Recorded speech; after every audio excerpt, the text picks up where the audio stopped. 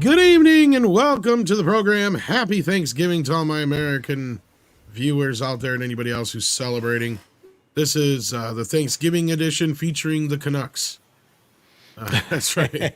How's it going, How's it going, eh? Hoser. We're here, to talk about Turkey Day, and hope you got some beer and cheese and turkey. You got some bacon? And some bacon. And football, you know. There's football, plenty of football, yeah. And a beer. Yeah. Have some Molson or some Moosehead. You know? Or if you're strapped for cash, Lakeport, you know. Lakeport. Yeah. That's good stuff, yeah. Well, yes, happy Thanksgiving to you Tim all Hortons, in America. you know. Tim Hortons, eh? And That's the Tim Hortons drive-through lineup. That's our contribution to civilization. Good evening.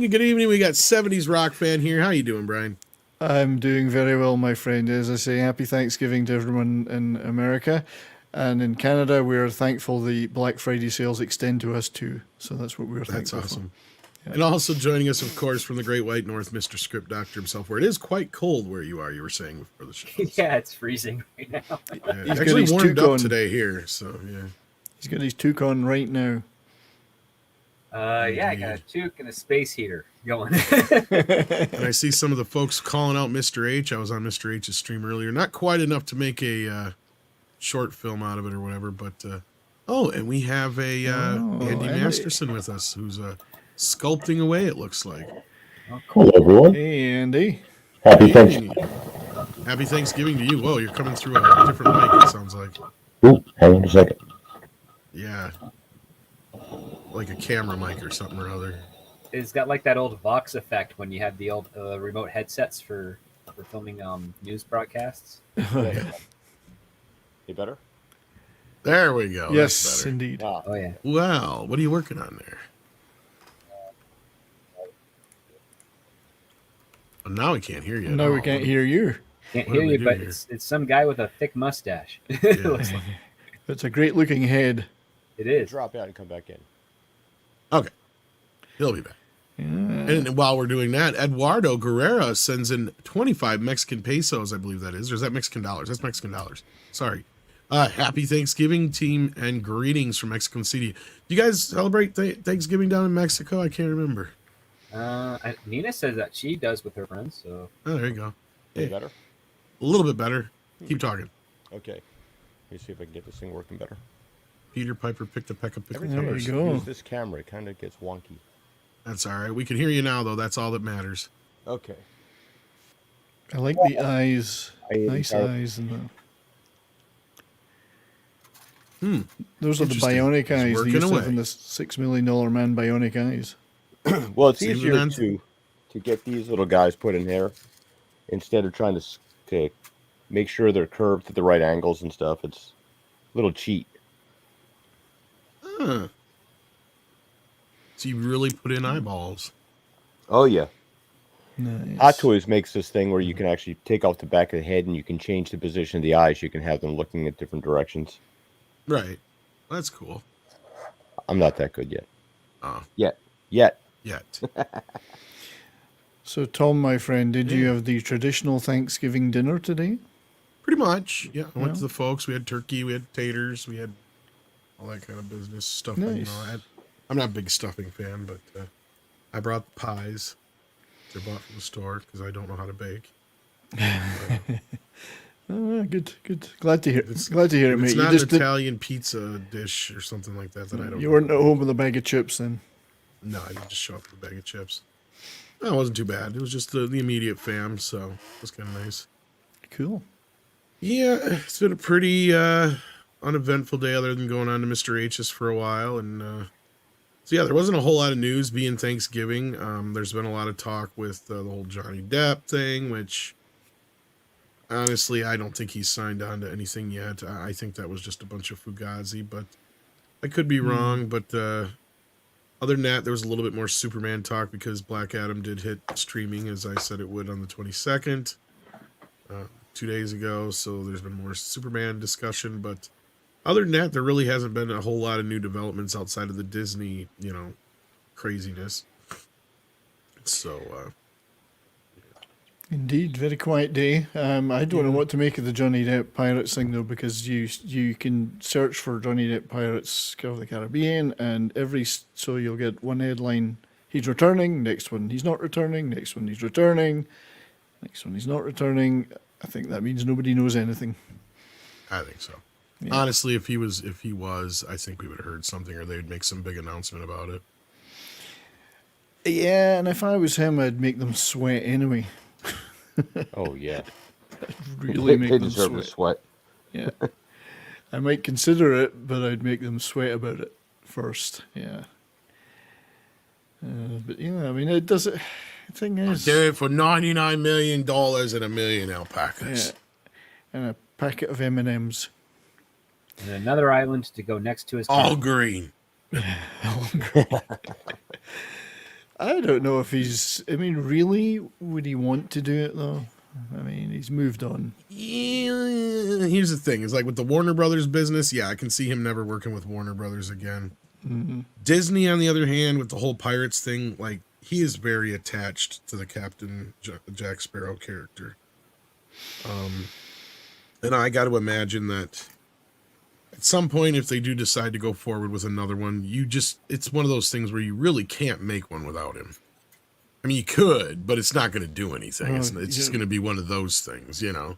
Well, So yeah, we'll have to did see. cancel the all-female one, so it's.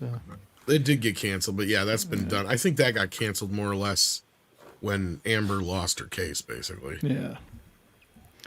I don't know. I mean, is it? I know there's a lot of love for that character and for that actor in that franchise, but really, is there a huge demand for it? It might just be me. Well- I wouldn't be gagging for it.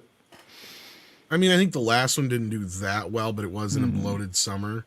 But you also the first 3 or 4 or whatever did fairly well, from my recollection. So yeah, I think, and with here's the thing, he's in the spotlight again.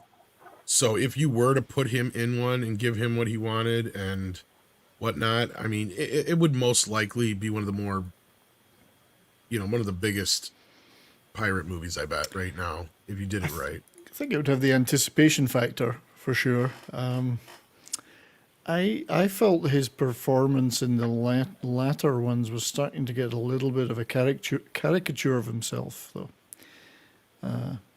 Like he was almost playing himself, playing Jack Sparrow. Well, it did kind of get a little bit oversaturated there. Yeah. I mean, it's like, sure, he's only done I think there's 5 of them altogether, but it's been a few years since the last one, but there was a bit of a patch in between there where he didn't do some for a while, but the last 2, from my recollection, didn't exactly make nearly as much as the first 3 did. Well, I think the stories were a little during weak. production of the last one, he was dealing with a crazy wife, right? So Exactly, but that he also got paid, I believe, the highest an actor's ever been paid in Hollywood for a movie, when he got paid $90 million for the last one or whatever, too. So that's the other thing, is for them to bring him back, you almost have to pay him that much or more. That's right. $90 million and $1. I is what guarantee you, should ask for. well, I think it'll end up being more like a cool $100 million is what they'll have to offer him, and for him to even dream of taking it. And at that point, yeah.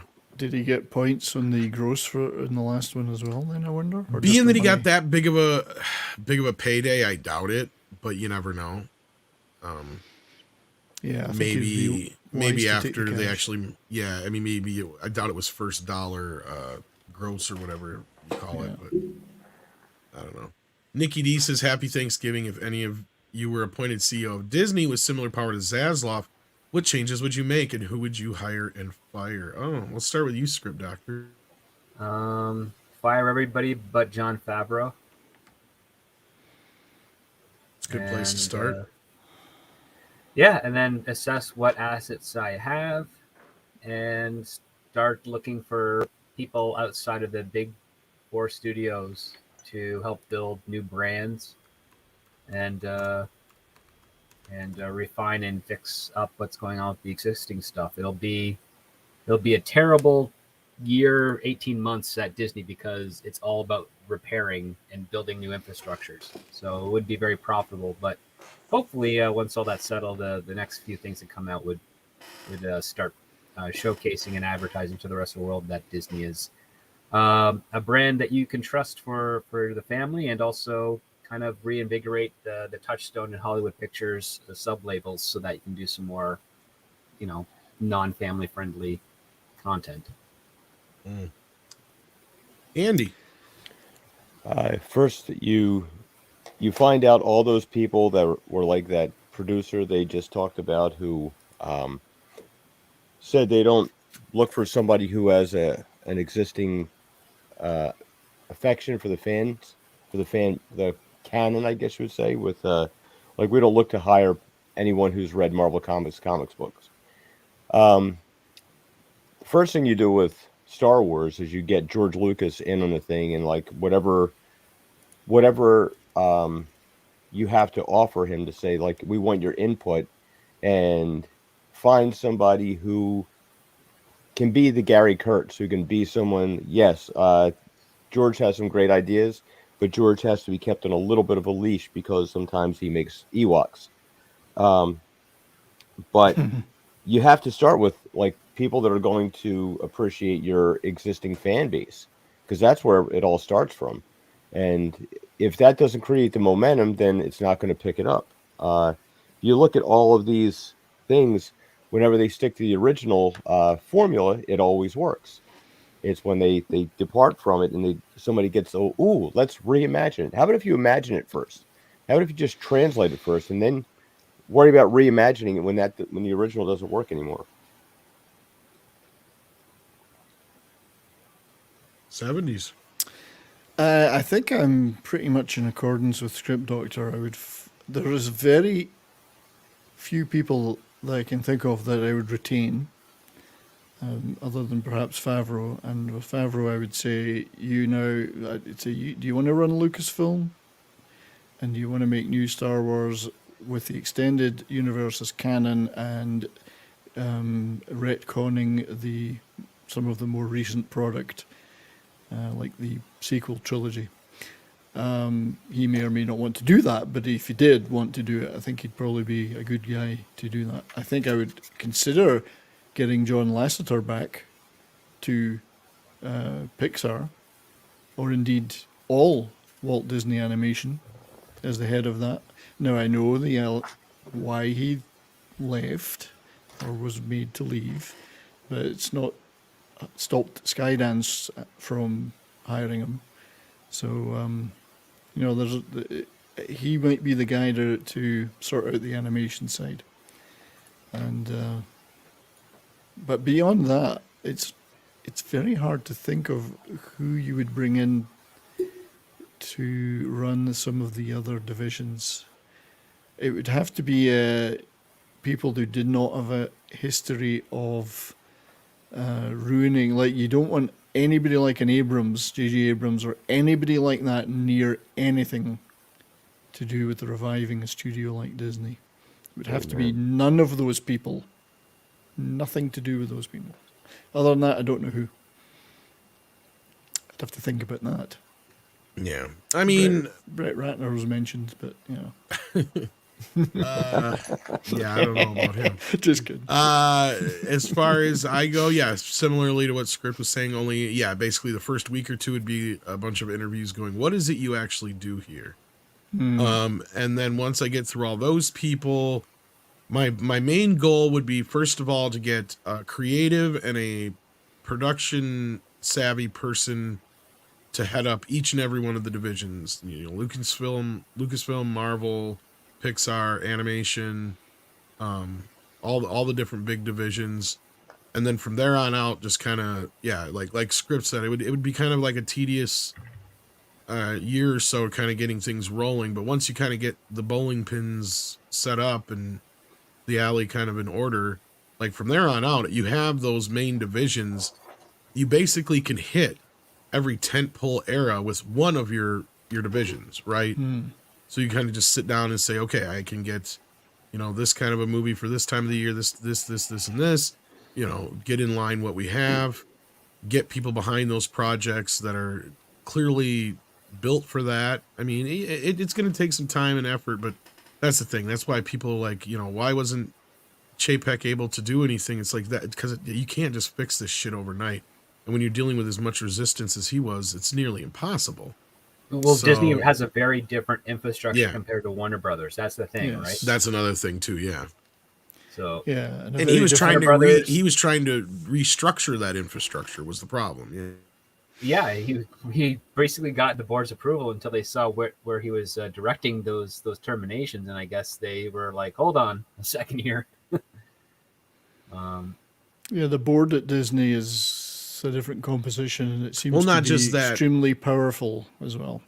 He took out some of the padding between the creatives and the upper management, right? So they had to answer to his what's his face who just got fired too, his second in command. I can't remember the guy's name.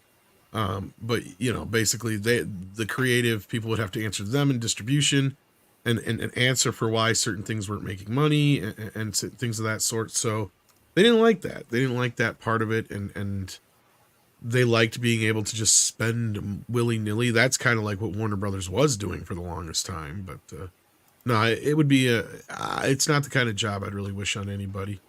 Arden I just think Blades, it'd be but fun for a day to hang out in my version of Disney where it's just me and Jon Favreau and the entire lot is completely empty. And we're just going to be like, so, what do you want to do? That's right. Yeah, Pretty much.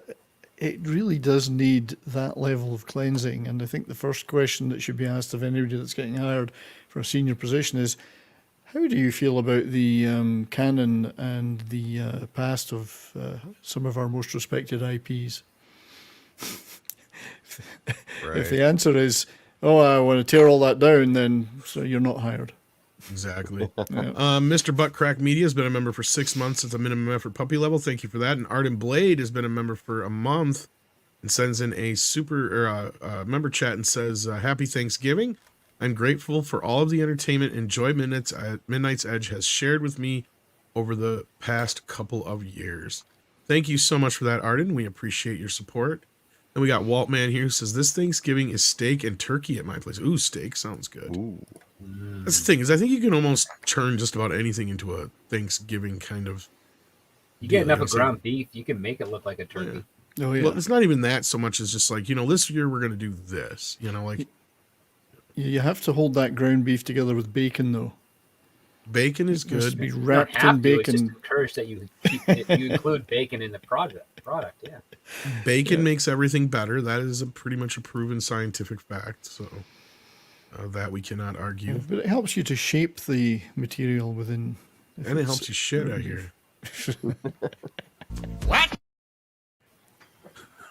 Well, that's what we don't want to hear, though. We don't want to hear that. Hey, Cece, how you doing? Yeah, bacon wrapped turkey sounds good. Oh, yeah. I definitely would not be keeping Filoni around, though. I Oh, don't no, think- I don't trust him as far as I I don't can keep throw them him. around either. Yeah. No. I think he's not so much in love with George Lucas's Star Wars. He's in love with his version of George Lucas's Star Wars. Indeed. I'm just thinking off the wall here. I mean, we're talking about replacing senior people at Disney to run production. Would it be worth looking outside of the US and going to someone like Luc Besson, who is someone has built a career, a lot of Hasn't it he been outs- canceled, though? Has it been cancelled? Oh yeah. Yeah, I It thought did- there was well, some the accusations case that was came out, dropped, yeah. I believe. Well, that don't matter. But I mean, it's someone that's outside of the Hollywood Ask Woody Allen. That studio. don't fucking matter at all. Yeah, well, yeah. He wasn't cancelled. He was wildly applauded at the Oscars, but maybe cancelled from living in the US for a while. But I don't know. It could, I think Luc Besson's done a good job in the production side with a lot of the things he's done. He's never run a studio, but Well, and then his last movie was not okay. That's the thing. Valerium or whatever cost a fucking fortune but and these made are ones. nothing. Are these the ones that he's directed though, or I mean, Valerian, he's he been wrote a and directed. yeah, Yeah, but he's that was been a like his last big production. Yeah. He has done a lot of production work where he hasn't been hasn't been the director as well. But I'm not claiming he's the savior of the world, but he's No, I like him experienced- just fine, Yeah. but I'm just telling you why he's not. Sure. Yeah, he just trying kind to think of of- cashed his of- last check with Valerian. It was kind of Yeah, I think a funny thing is I quite like that movie. It's a little long, but I quite enjoyed it. I like the look of it. I like the production value. I like the idea of it, but it's like this movie should have starred 1980s or 90s circa Bruce Campbell. That's right. Yeah. Like, why is what's his face Dane DeHaan playing this character? This is not. Babyface Dane. Yeah. I know. Yeah, I do. He was a bit babyface. I do agree with Or Sandra what's his Hammerslag, face? The though. guy who does the voice of Kronk. He should have played him. Otherwise, shit, I can't think of his name. You know what I'm talking about. He's got a voice like this. Yeah. You know? Diedrich Bader? No. The guy who plays Kronk, and he's also in. God, he's been in a bunch of shit. I'm trying to think of his name. Jeez. Oh. He's a big dude. Patrick Warburton. Patrick Warburton. Yeah, Thank I you. was thinking. Yes. I kept thinking That's the kind of guy you Seinfeld, have to yeah. get for Valerian, because that's kind of what he is. He's kind of like this, full of him. Like, actually, Bruce Campbell would have been perfect. But anyhow, like, yeah, it's just one of those things. He had some of the greatest moments in Seinfeld. Oh, I love He's Patrick awesome in Warburton. Venture Brothers. He's sitting on the plane, and they're on a 12-hour flight, and he's just sitting there. And she goes, "Aren't you going to read a book?" "No, I'm good. Look what I can do. I'm What good." does that got to do with anything? No. He's got a point. I actually think Sandra Hammerslag at a point, though, Valerian was still better than the Star Wars sequels. So No, I just loved him in Emperor's New Groove. It's like, does he really have his own theme music? yeah, See, and Tom, you haven't seen Venture Brothers yet, have you? No, but everybody says I'd love it. I'm Patrick aware Warburton of it. is one of the bodyguards in Venture Brothers, and he's hysterical. Yeah, I know from everything I've heard, I'd probably enjoy it. Yeah. yeah, I need to see that. Right. Yeah, that's one of his catchphrases. Right. You're going to hell. You're going to hell.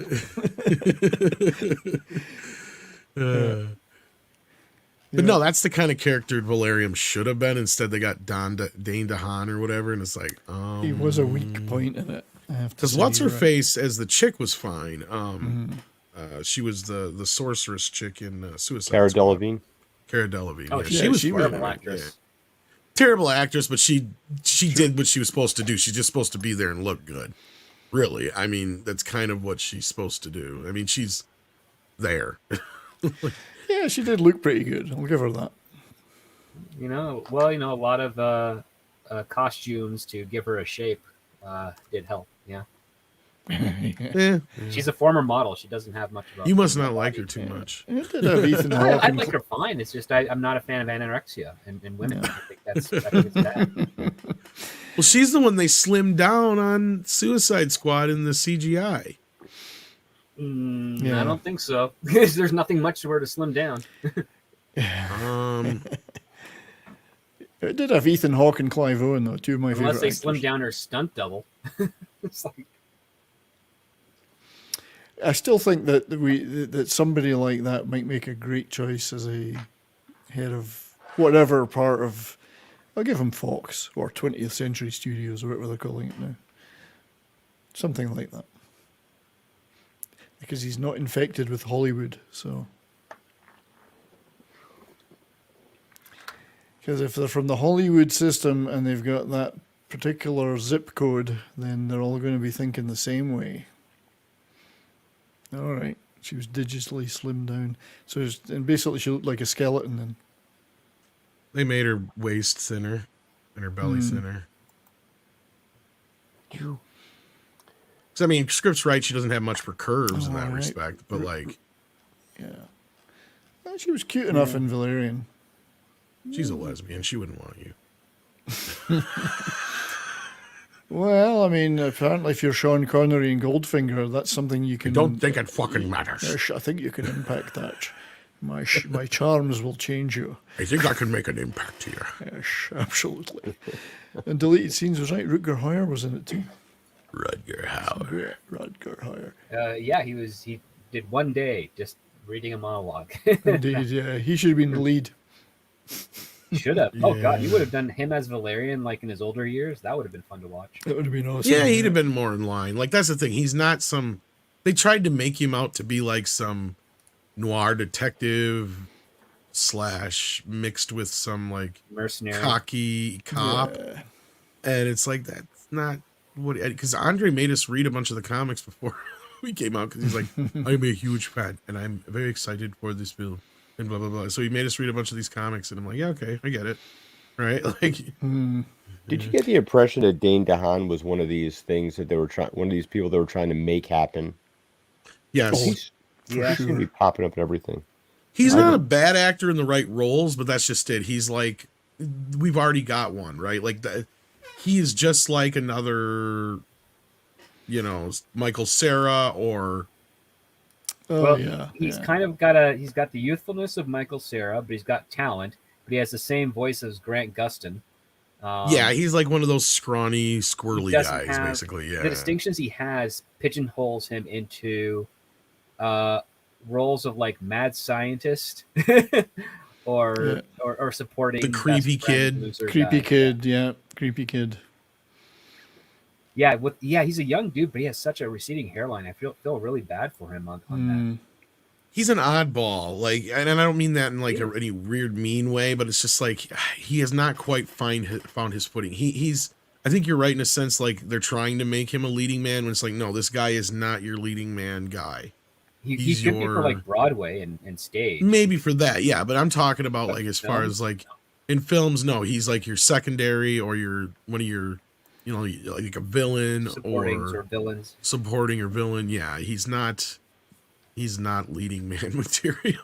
If he quite could do forgettable. comedy, he could probably sell a lot of comedies. maybe Because he's got that Yeah. goofy enough look to him where it's like, yeah, you can buy him as an underdog who just wants to achieve. But this they thing even in a tried to comedy. make Michael Cera work, and that didn't quite happen either. Michael so Cera looks like a human bird. he does. Yeah. The bird And then man. the same thing with that other kid who played Luther Jr. and Eisenberg. yeah, Eisenberg. Jesse Eisenberg's another one I'll throw in that group. I'm not really a big fan of his. I certainly didn't think he was Luther. And then like on the other end there you got like Shia LaBeouf, but he's actually entertaining because he's fucking batshit crazy. He is, and he has got some acting chops. He does, but I think a lot of that just comes from the fact that he's batshit crazy. He's batshit crazy. Yeah, I feel this- sorry for him sometimes, and then he'll go and say or do something that makes you not really feel that sorry for him. Oh, I So don't you feel just- sorry for him. Like sometimes I do, like because he talks about certain things. It's like, okay, I can see this kid clearly has some fucking issues, and then he'll go and say or do something really stupid, and you're just like, yeah, whatever that was, it went out the window real quick. He certainly shouldn't get into the flagpole business. If you remember. I guess I missed this one. What happened now? Well, he was busy at putting flags up all around the country. No, I didn't think hear was about this. I think it was after the 2016 election. Anyway, and it was something like the flags would say, he will not divide us" or something. So he Oh, would was put in these that flags. group. Yeah.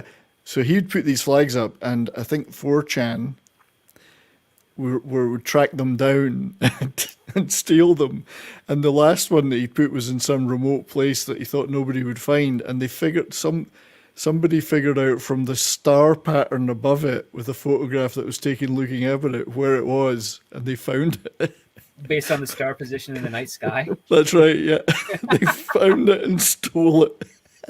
Oh, for Pete's sake! It was That was his fault hilarious. for taking a picture of it at night. That's Yeah, why. the he will not divide a flag Oh, saga. Jesus! It was the autists, as they call them on the chat, and the Chans found it from a star pattern. It's just Oh, Jesus! Wow. Rob That is Altus is brilliant. here. How you doing, buddy? He says, "Happy Thanksgiving, Tom, 70s, Andy, Script, and fellow Midnighters." Well, thank you, Rob. We appreciate Rob. that. Pilgrim Media is here. How you doing? Says, "I made a nice Hassenpfeffer for Thanksgiving." Well, there you go. Ooh, stew. we all need a nice Hassenpfeffer, that's for Like I sure. said, I think just about anything, as long as it's like it's more or less just the idea that you get a nice warm meal and hopefully with friends or family. That's kind of the main thing. Perverted Jester is here and says, random, which Earthbound comic book vehicle would you take on the Thanksgiving joyride? Well, the Batmobile, of course. Is there any other? I would probably pick something out of the Wacky Races. Oh, that'd be well, yeah, like the Mach 5 and Speed Racer. Oh, That's a God. good point. Yeah, that would be great. Well, if we can go all over the place, fuck it. I'll do the DeLorean. Now you said you count that as a comic book vehicle, though. Yes, Oh, there were comic book comics. vehicle. You're right. Yeah, comic book. Yeah, I mean, even the Wacky Races was a animated cartoon, not a comic book. So That's think true. I've- That's what I was thinking. Yeah. I think I've got a picture of the Bat-Tom mobile here somewhere. I'll have to call it up. There's a Bat Tom mobile. Yeah, I'll call it up. What is for it? A you. Just- pizza van? Well, no, I wouldn't go that far. Give me Food a truck? second. Give me a second, and I'll find it. Well, when you're Yeah. looking for that, Wheels on the Bus Run Over J.J. Abrams' career says, what the hell is Ron Moore doing at Disney? He can fix Star Wars and his contract with 20th Century Fox Television. Oh, I heard about So here's this. the Bat-Tom mobile. What about Ron Moore, though? You're going to have to take it out for a spin more often, Bat-Tom. Yeah, this is a tragic story. I think somebody grabbed it and is working on it now, or they fixed it Yeah, up I already, think so. but yeah. It got rescued. Yeah. Yeah, I think it did. Anyway. Sorry, go Okay, ahead. so anyway, on the topic of Ron Moore, what is he doing over at Disney? Looking like George Lucas Jr. right now? I don't know. What is he doing over at Disney? Is he It doing looks like anything? he's developing a Magic Kingdom TV universe. According to this from Variety back in February 2021. That was a while ago. And then April of this year, he signed an overall deal with 20th Television. Doesn't really specify. He's been executive producing some stuff, but That's what it looks like, yeah, yeah. like For All Mankind. I think he's Holy been, shit, did he gain that much weight? Holy cow. Oh yeah. He does look like George Lucas Jr. That's weird. Actually, perhaps George Lucas devolved. Maybe he split in two. Maybe he this got is younger every year. It's like a Benjamin Buttons thing. Oh yeah, he's looking a bit wide, isn't he? I get older, but my hair stays the same Actually, age. he's looking a bit like Culture Casino these days. So A little bit. he's going for a weave. I use all think. his hair products. He's going for a weave. That's what's funny about George Lucas. You look at him, it looks like he shops at Kmart, but he goes and gets his hair done at one of the most expensive salons ever. Well, you know, priorities. Yeah, yeah. I think he's just always had that coif of hair that he's just always been fortunate with. It's like That it just bu- you just got to comb it back and it looks good. You know, It's like like buying it just a- looks like that. Pinto and putting the most expensive audio system in it you can buy. I think he's got what I would call the Dukes of Hazzard do. That's what I'm saying. Like, I think he just naturally has that wavy kind of hair that just all you got to do is just kind of wet it down and slick it back, and it just looks good no matter what you do. Yeah, I mean, as long as it's at the right length. You know. That's what I'm saying. Like, I don't think he's ever really gone out of his way to do anything special to it because he doesn't seem like that kind of guy. He is, and from what I've always heard, is he is the kind of guy who'll go and he'll buy the same shit. Like, he buys the same kind of Yeah, it's not flannel important. shirts, same kind of Yeah. pants, same It's kind not of important. shoes. Like, yeah. Same, Like when they same discontinue underwear. something, he gets upset, and then he has to start looking for a second best. Yep. option. Yeah. My God, they don't make 1950s underwear anymore. Shit. And then the only Kmart- other thing I've heard about him is like you always have to have what diet is it Diet Pepsi on hand or Diet Coke? I can't remember which now. I think it's Diet Nobody Pepsi. drinks Pepsi, Tom. Nobody. I think it's the Diet Coke, and you know, I don't know. I mean, it's better than Coke Is it the Zero. Coke? That stuff will rot your Diet brain. Coke, it's Really fast. huge. I just know Everyone because loves the whatever it's the opposite of whatever's in the spaghetti picture because I think that's why he's so pissed off because I didn't have the other. You mean the one in the food court? Yeah, because I think he has Diet Pepsi there, and like because that's the only thing is like I always heard that they have to have a fridge of Diet Coke on hand for him, and it's kind of funny because the other one was No, wait a minute. There was It another director like No. Sorry, I hate to interrupt you. He had a Diet Coke in Was it a the Diet food Coke? court. so I think it's Diet Pepsi that he likes. Because it was a Diet Coke in the I think food he court. likes Diet Pepsi, and then because I know Toby Hooper, he drank Dr. Pepper constantly. Like I guess it was so famous that he would always have Dr. Pepper on him all the time. You have a cigar in one hand and a Dr. Pepper in the other. Good Texas drink. And it was one of those rules that whenever he was around, there had to be like a 6-pack of Dr. Pepper on hand and stuff like that. He was He just drank it incessantly, I guess. I remember these food court pictures because a lot of people were saying, "Oh, how sad and lonely he looks." No, he isn't. He's quite happy sitting on his own. Like he doesn't have to. Here's the other part. He's able to sit on his own and not be barraged by people. Yeah, public. exactly. I mean, there's newscasts and editorials like filmed in various parts of California where George Lucas is walking in the background and nobody. Oh, you're talking about that one documentary they were doing? That was hilarious. There's a documentary for it. There was. He just walks right up in the shot, and nobody even fucking pays attention to him. He just walks right. He looks and everything. It's like he knows exactly what he's doing. Beverly Hills Cop 3. Yeah, that too. Well, that was because of John Landis, and that's their whole little. No, but I mean, like that's how it was kind of treated. Like, oh, just off the cuff. Because if almost every like in Beverly Hills Cop 3, there's a dozen cameos or better of just directors. When you go to the one bar scene, it's all directors at the bar. There's like, who is it? It's like shit. I can't even remember them all now. There's so many of them. But like George Lucas was at the park. I don't think he got Frank Oz in this one though. This is one of the few times he didn't manage to squeeze in Frank Oz. But like Arthur Hiller and God, who else is at the bar? There's a couple of them at the bar. Oh, jeez. And I can't remember now, but it's a Bogdanovich or whatever. And Peter Bogdanovich might be one of them. Yeah, I think him and Arthur Hiller, and there's 2 or 3 other ones there. And it's hilarious. And Joe Dante might even be in there. I think he's in one of the scenes. But yeah, that's just their joke. Joe Dante, Landis, all those guys used to put each other in all their movies. So like Steven Spielberg pops up in the background of Gremlins. Yeah, Landis and Spielberg did that a lot. I mean, there's Spielberg's actually in Blues Brothers, and people don't even realize it's him. Isn't he the clerk at the end? He's the clerk at the end. Yeah. Yeah, and then there's oh shit, we're getting hammered by Mr. I took care of it. But also, of course, there's the Kentucky Fried Movie, which is a John Landis. Yeah, but Spielberg's in the Catholic high school girls in trouble section, which is one of the best sections. One that we couldn't show on YouTube. They were always putting their director friends in cameos, which is kind of fun, especially if you know who they are and you see them. Indeed. Yeah, I couldn't tell you what Ron Moore is up to. Besides that, it sounds like that's what he's up to, though. I can't tell you any more than that. But he's happy on his own, as many people are. He doesn't need an entourage around him. He sits having something George, reading the paper, and I think that's one of the rules thing. Is you were never supposed to bug him about Star Wars shit if you worked at Lucasfilm and all that stuff. So yeah, Mecha J says, he doesn't seek fame. He doesn't seek personal glory and to be photographed all the time, which I like. Mecha J actually points out that Ron Moore worked on the canceled Star Wars TV show for George Lucas called Star Wars Underworld. I wonder if they were told they look alike. They do look alike, especially now. Nikki D says, how can Star Wars be fixed? Should the sequel trilogy be decanonized, or is there some narrative loophole that can be exploited to undo the sequel trilogy? You could, but at this point, I think it's one of those things where there's just no...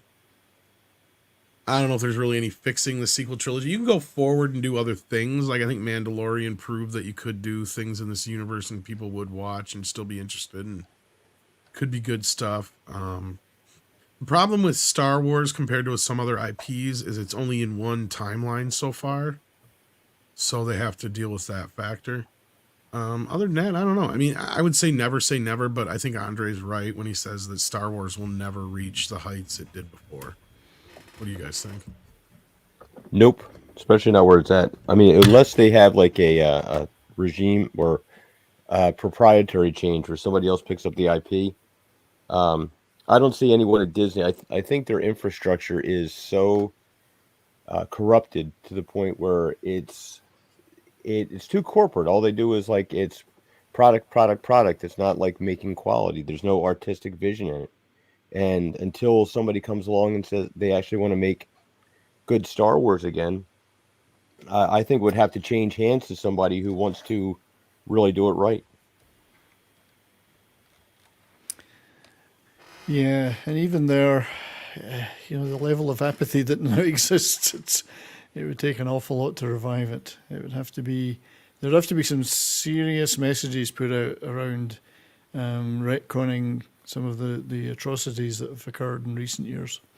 It's going to have to sit for a while too, I think. Yeah, there's no You kinda have to enthusiasm in treat it younger like Highlander generations. 2. Sorry, script, go ahead. No, sorry, 70s. No, you got to treat the sequel trilogy like Highlander 2. Just ignore it. Yep. Sorry, And there if was you want Yeah. to pick up anything with Star Wars, guess what? By the time you get a chance to do it, the original cast members are going to be all passed away, not around Pretty anymore. much. So you basically have to just do some sort of, not even a legacy thing, but just another story within that universe many decades later that talked about, yeah, you had the yelled at days of the Empire and Luke Skywalker, and he started the school, and now these are his students who survived by him, and doing your own thing that way. That's at this point, that's how it's going to end up, because nothing stays dead forever in Hollywood. There's IPs I'm pretty sure that people have forgotten about from the 1950s that are down to be resurfacing in the next 20 years. Well, you've got things yeah. like some of the old serial heroes like Flash Gordon and so on that, you could see a revival of Flash, things like that. I wouldn't mind seeing somebody having a go at something like that. But so you mentioned a movie that I've never heard of. It was Highlander 2. That doesn't exist? I've never heard of that movie. You're It's a right. myth. Yeah, That's how you got to get what happened. Put the sequel trilogy in. You got to put it in that memory hole there. Yeah, I don't know what you're talking about. Just like Toxic Avenger 2 and 3, they don't exist in trauma. Well, exactly, yes. But no, I think the problem with Star Wars now is not that, they could make a really fantastic Star Wars movie or show, and it wouldn't make much difference because they've lost an entire audience and they've not picked up a new one. So I don't think kids give a damn about Star Wars. There's no enthusiasm. Nobody talks about it. Look at the toys. Look at the fate of any toys that are still being produced, populating the shelves of the low-cost discount outlets. So it's destroyed. So I wonder Anyway. if kids are even playing with toys these days, or if it's just like jackasses like me that buy them. Because Really? We've talked about this. I don't think kids buy all that many toys anymore. No, or at least they're not the main. Because it's pretty much, more adults. Kids are more into like their phones and video games and things of that sort. I think they grow out of figures and stuff at a younger age, and then maybe some of them will get back into them, but I doubt it. Because for us, it's a lot of the nostalgia factor. right. So, indeed, so I think it's extremely difficult to revive a franchise that's so badly mutilated. in some cases, yes, but I think Script's right. That there's always a way. It's like a lot of Star Trek fans were freaking out when Discovery first came on, and they're all like, "Oh, if we don't watch it, then we won't get any more Star Trek." It's like, yeah, no, that's not how this works. Yep. They didn't close down McDonald's because the McLean failed or anything like that. Pepsi didn't go belly up because Crystal Pepsi failed. Yeah, Even New McDonald's Coke go didn't kill bankrupt Coke. because they started doing pizzas. No, not even that, or McSpaghetti. McPasta. Yeah, or McPasta, whatever the fuck it was. Can't remember what it was, but I remember they tried it. Speaking of McPasta, we have another Canadian joining us. Mr. Oh. Polchato, how are you doing? I'm good. Hey, Paul. Greetings. Hello, Good to Paul. see you. Nice to 70s meet you. rock fan. How are you? I'm all right. How are you doing? I'm doing Laddie. good. You're good. You can do that accent so well. I can do part of it, not all of Aye. it. It's not Scottish, it's And crap. it's a particular Scottish accent you're doing. I like Well, that. My favourite one is the Glaswegian, which I was there for a while, but I didn't really get it down. But it's kind of Irishy and Scottish all at the same time. There's a wee bit of the Irish in there, aye. Hello, gentlemen. And what's Andy doing? He is making a face. Wow. Hello, This is- script. And I'm told if he keeps doing it, it might stay that way. He's making a new canoe head figure. I like that. That's what Mr. Canoe Head looks like underneath. Oh, kids. listen, we had the canoe head bobbleheads done in China, but the guys were fantastic. They just kept sending me the new molds and pictures of the mold. They seem to have really a lot of fun. Very talented artists in China. Oh, they're crazy what those people can do. They are. the level of detail that they are able to achieve on these things is absolutely phenomenal. Oh, Yes. well, yeah. I mean, when you got a weapon pointed at the back of your head for the entire time, you do it quite well. And Oh, that's Absolutely. mean. No, it's clear that the people Plus, who were 3-year-olds got doing little it, fingers. it was clear that the people loved it, and they loved doing clay work and had that talent. Of course, I mean, it was I did see the Chinese exhibition of the, what was it, the 1,000 soldiers or whatever, the clay Terracotta Army. soldiers. Yeah. Man, that was unbelievable. Oh, you mean that's the thing with the protest or whatever it was? No. It was No, the Terracotta Army. The army of clay soldiers that a Oh, Oh, the like- terracotta army. yeah, the terracotta army. Yeah, they're incredible. Absolutely. And the people drew a different face on every one. It wasn't a mold. What's also incredible is some of the places that they found them in. There were some incredibly built underground chambers that were exceptionally hard to build. Just the chamber, never mind putting the terracotta molds in there. Incredible feat of engineering. All in an era where they say that the human race wasn't as sophisticated with engineering as now, and yet we've got all these prehistoric things like that. I'm going to get into ancient. What's the show that's on right now? Ancient Apocalypse. Yeah, We did another Charles Bronowski show. And Yes. over here, But you the- cannot believe the giant statues that were. indeed the global network of pyramids that were built, and so on. What It's was just- it? The no, don't get into that.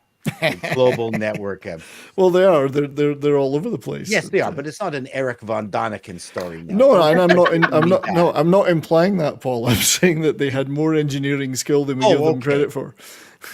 No, I Yes. thought you were getting into all at the same time. How could it No, happen? no. But there may have been commerce between. they're all connected various- at Earth's core. You just haven't found the tunnel yet. Like, Indeed. Well, there is a large hole at the top of the Arctic, isn't there, that you can go down? But And there's all. the Romans were able to cure concrete underwater, and modern individuals weren't able to figure it out until the 1800s. That's right. But they never had a cure for baldness. So they're not that smart. That's right. well, that's eugenics, really. Like that's. They didn't have Rogaine back then. Or Viagra. Roman road gain, yes. Yeah. Yeah, I was giving credit to our Neolithic and prehistoric ancestors who Oh, no, actually were a lot more clever than we give them credit Well, for. even Stonehenge to this day is a bit of a mystery, isn't it? Yeah, It is, older and than it was the actually pyramids on the the- latest dating of it. Yeah. Yeah, and it was actually one of the later entries in the Neolithic stone circles that were being built. The Neolithic ruins in the Orkney Islands are several thousand years older, and they're just as impressive. I think the most recent credible explanation is they actually dragged the stones and then filled up the entire area with dirt, and then dragged the top stones over with the dirt and then dug it out. All right. Well, there's wooden Stonehenges that they found built underneath Stonehenge, that were there before the actual Yes. stones itself, Yes. which I thought was fascinating. And then there was an engineer who I think was in Minnesota, who he managed to move stones the same mass and dimensions as what's at Stonehenge using pebbles. Like he shows how he did it. Like he just managed to like tilt it onto a pebble, and it was lifted off the ground like an eighth of an inch. He was able to spin it around. And he's like, you could move it pretty fast if you place those pebbles precisely, and you wouldn't have to use a whole lot of physical force. He was just kicked out by his wife, and that was how he moved his stuff out. And it worked. And you did it in an hour. You know? But Very efficient. they did have to move those stones from something like 40 or 50 miles away. Yep. It was quite a distance. Yeah. But the worshiping of the dead was what these people did an awful lot of their time. I mean, I watched Time Team, all 800 episodes, yeah. and I learned a lot. With Baldric there. Baldric, Baldric. he's a good lad. Tony Robinson. Tony Robbins. Yeah. Yeah. Tony Robbins. It's a good And show. Great Fantastic show. show. Yeah. Archaeology is one of our both my wife and myself favorite things. Yep. Archaeology is what I do when I look in the mirror every morning.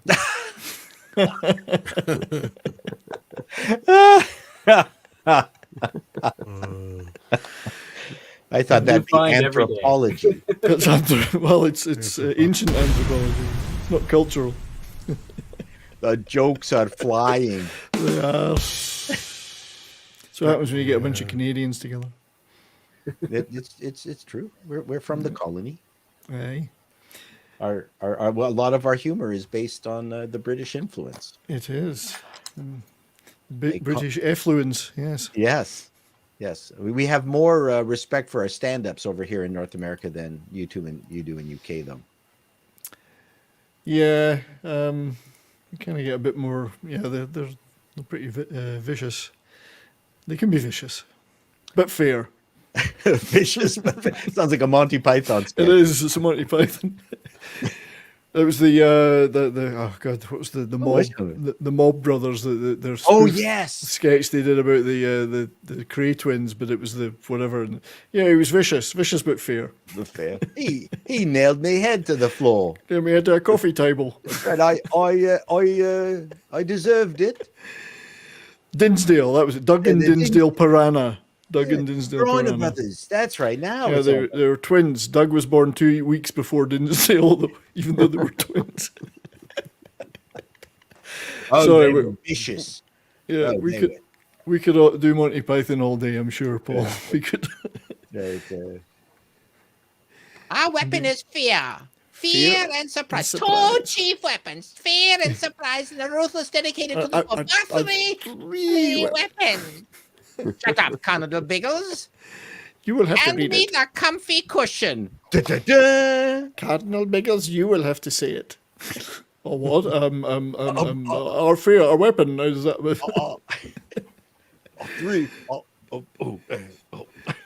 We should just do an entire episode of Midnight Century After Dark where we just pick Monty Python sketches and recite them. Well, Tom said this. I'd like to have an argument, please. Yes. The full. we Do don't you want want an the 5-minute argument or the full half hour? Let's try the 5 minutes, and then if I like that, I'll go for the full half hour. Yes. Confuse the cat. I'm not arguing unless you pay me five. But I minutes. already paid But I you. already paid you. No, you didn't. Yes, it did. I said no, I didn't. Yes, it did. I Well, thought why are you were arguing if I for didn't pay you? Argument lessons. Well, this isn't an argument. This is just a gang negation of what I've just said. No, it isn't. You're just negating everything I said. Yeah. Why are you arguing if I haven't paid you the £5? I could be Aha, arguing in my spare time.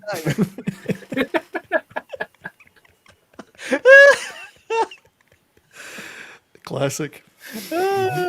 Classic. Yes. Oh, you want hit on the head lessons? Oh, that's down the hallway. I've got the huge box set of those on Blu-ray. Oh god, they're great. Oh, I my can't remember what it's God. called. It's like the Norwegian something or other special edition or whatever. I can't even remember. It was the pleasures of the dance. I know it was a collection of Finnish folk music. Yeah, a lot of the TV sketches, of course, have never really been seen outside of that. I mean, everyone's familiar with the movies in North America, particularly, but the television shows were there's dozens of sketches on there which are hilarious that haven't really seen the light of day, other than if you're a dedicated fan and buy those box sets, you know. Yeah, I saw every single one live, Yeah. that's cool. and then I saw them live in '72 in Toronto. That's the one Oh. I got there. Yeah. It's their Norwegian Blu-ray edition. Wow. That's neat. That's what they call it. Yeah.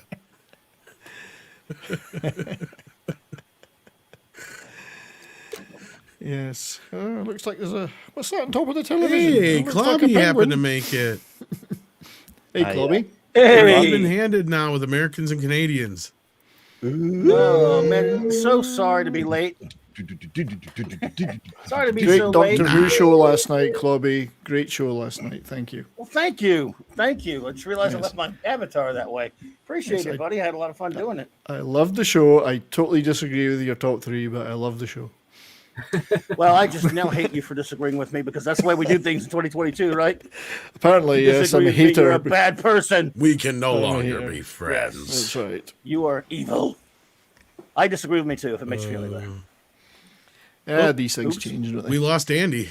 I think he did? disconnected his accidentally man. bumped his wire. He's. Because he's there, but it says devices I knew he not didn't like me, connected. but man. No, I think he Oh, my bumped his goodness. wire, is what happened. Yeah. Uh-oh. Nicholas Horton says Time Team was a good show to watch. They brought it back Hello there, with everybody. new episodes. Yes, Hello, on how you doing, YouTube, Claudia?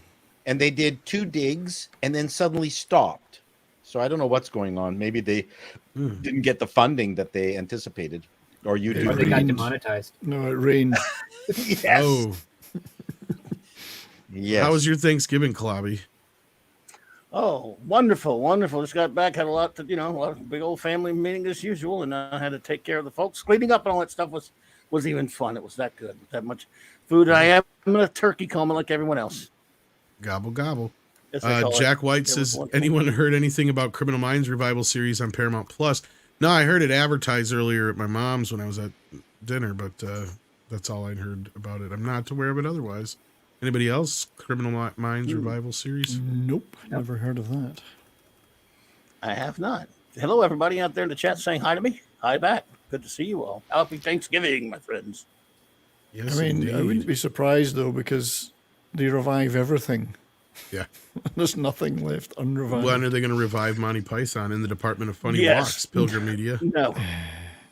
Criminal Minds was okay. City walks. We just saw Wednesday on Netflix saw the first episode. Wednesday. And they one of the shows I've heard that they mixed also reactions showed to was the not the elemental or the god damn it, the Mentalist. And I enjoyed that. yeah. That was always fun. I thought the lead in that was excellent. Simon, was it Baker or something? What was Yeah. his name? Simon Baker, yeah. So anyone see Wednesday, the show?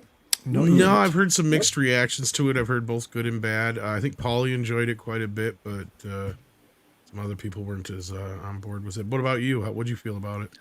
It's a pilot, which I always sympathize with anybody trying to get that first show together.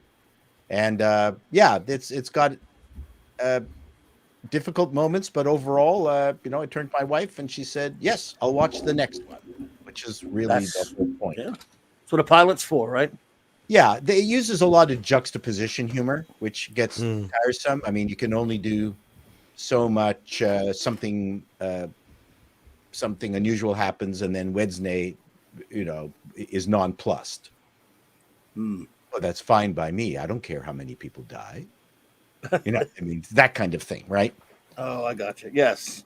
So I that's think called. he's a one-trick pony as a character, maybe, or It got kind of one trickish, but they dug themselves out. Like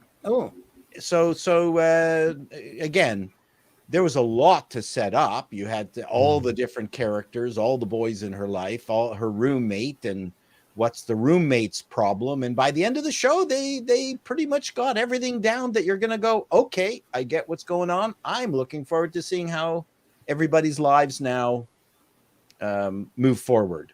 There's lots of plot in the first show. Tons. Yeah, I might check it out. Yeah, It didn't sound the whole idea of it didn't really sound exactly appealing to me at first, but it's I don't know. Hogwarts. That's why I was just kind of like, It's okay. It's better Hogwarts than the other 3 movies that J.K. did. I'd rather watch this than what were the 3 the Beast, Fantastic Fantastic Beast Beasts. thingies or Fantastic whatever. Beasts. Yeah.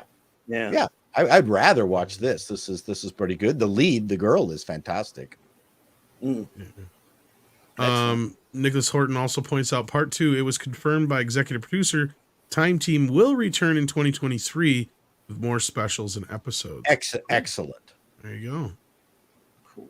I look forward to it. Sounds like you're a fan of it, Paul. Huge fan of Time Team. Cool. I'm just waiting for them to do is come to a dig and find people already there and then have a knife fight. Oh, what are you doing there? This is all fucking dig. Fuck off. We got here first. Yeah, but we got the fucking permit. Show me the fucking permit. Fuck you. I don't need no fucking permit. There's lots of old people and bones here. What do I need a fucking permit for old bones? Ah! Oh Lord. We had a member chat come in from Steven, aka Deleted Scenes. He says, exterior, planet surface, day. Kirk, Spock, McCoy, red-shirted crewman, transport into a desolate planet. Kirk. Spock, Bones, with me. Ensign Disney, look behind that rock. Okay. It's a present. What's that? He's dead, Jim. That's the play. That's what we were supposed to do. There we go. Wow, Hopefully that works, Steven. that's very impressive. Bones. What do we got here? We got 70s rock band sent me. Oh, this was some of the Stonehenge stuff. Gotcha. No, we're not fucking doing Stonehenge. It's like bloody rocks. What the hell, eh? Yeah, it's been an interesting Thanksgiving for the American folks out there. You have tomorrow off too? No, we got Most the morning people, show. in many the morning. do. Most of America does. Like As far as work. Andre doesn't know what a day off is. Like Labor Day, I think he completely misunderstood what Labor Day meant. He took it literally. Yeah, he's like, I will give you twice the work. Don't worry. It's like, that's not what it means, Andre. It's because he's not a communist. No, he's definitely a capitalist.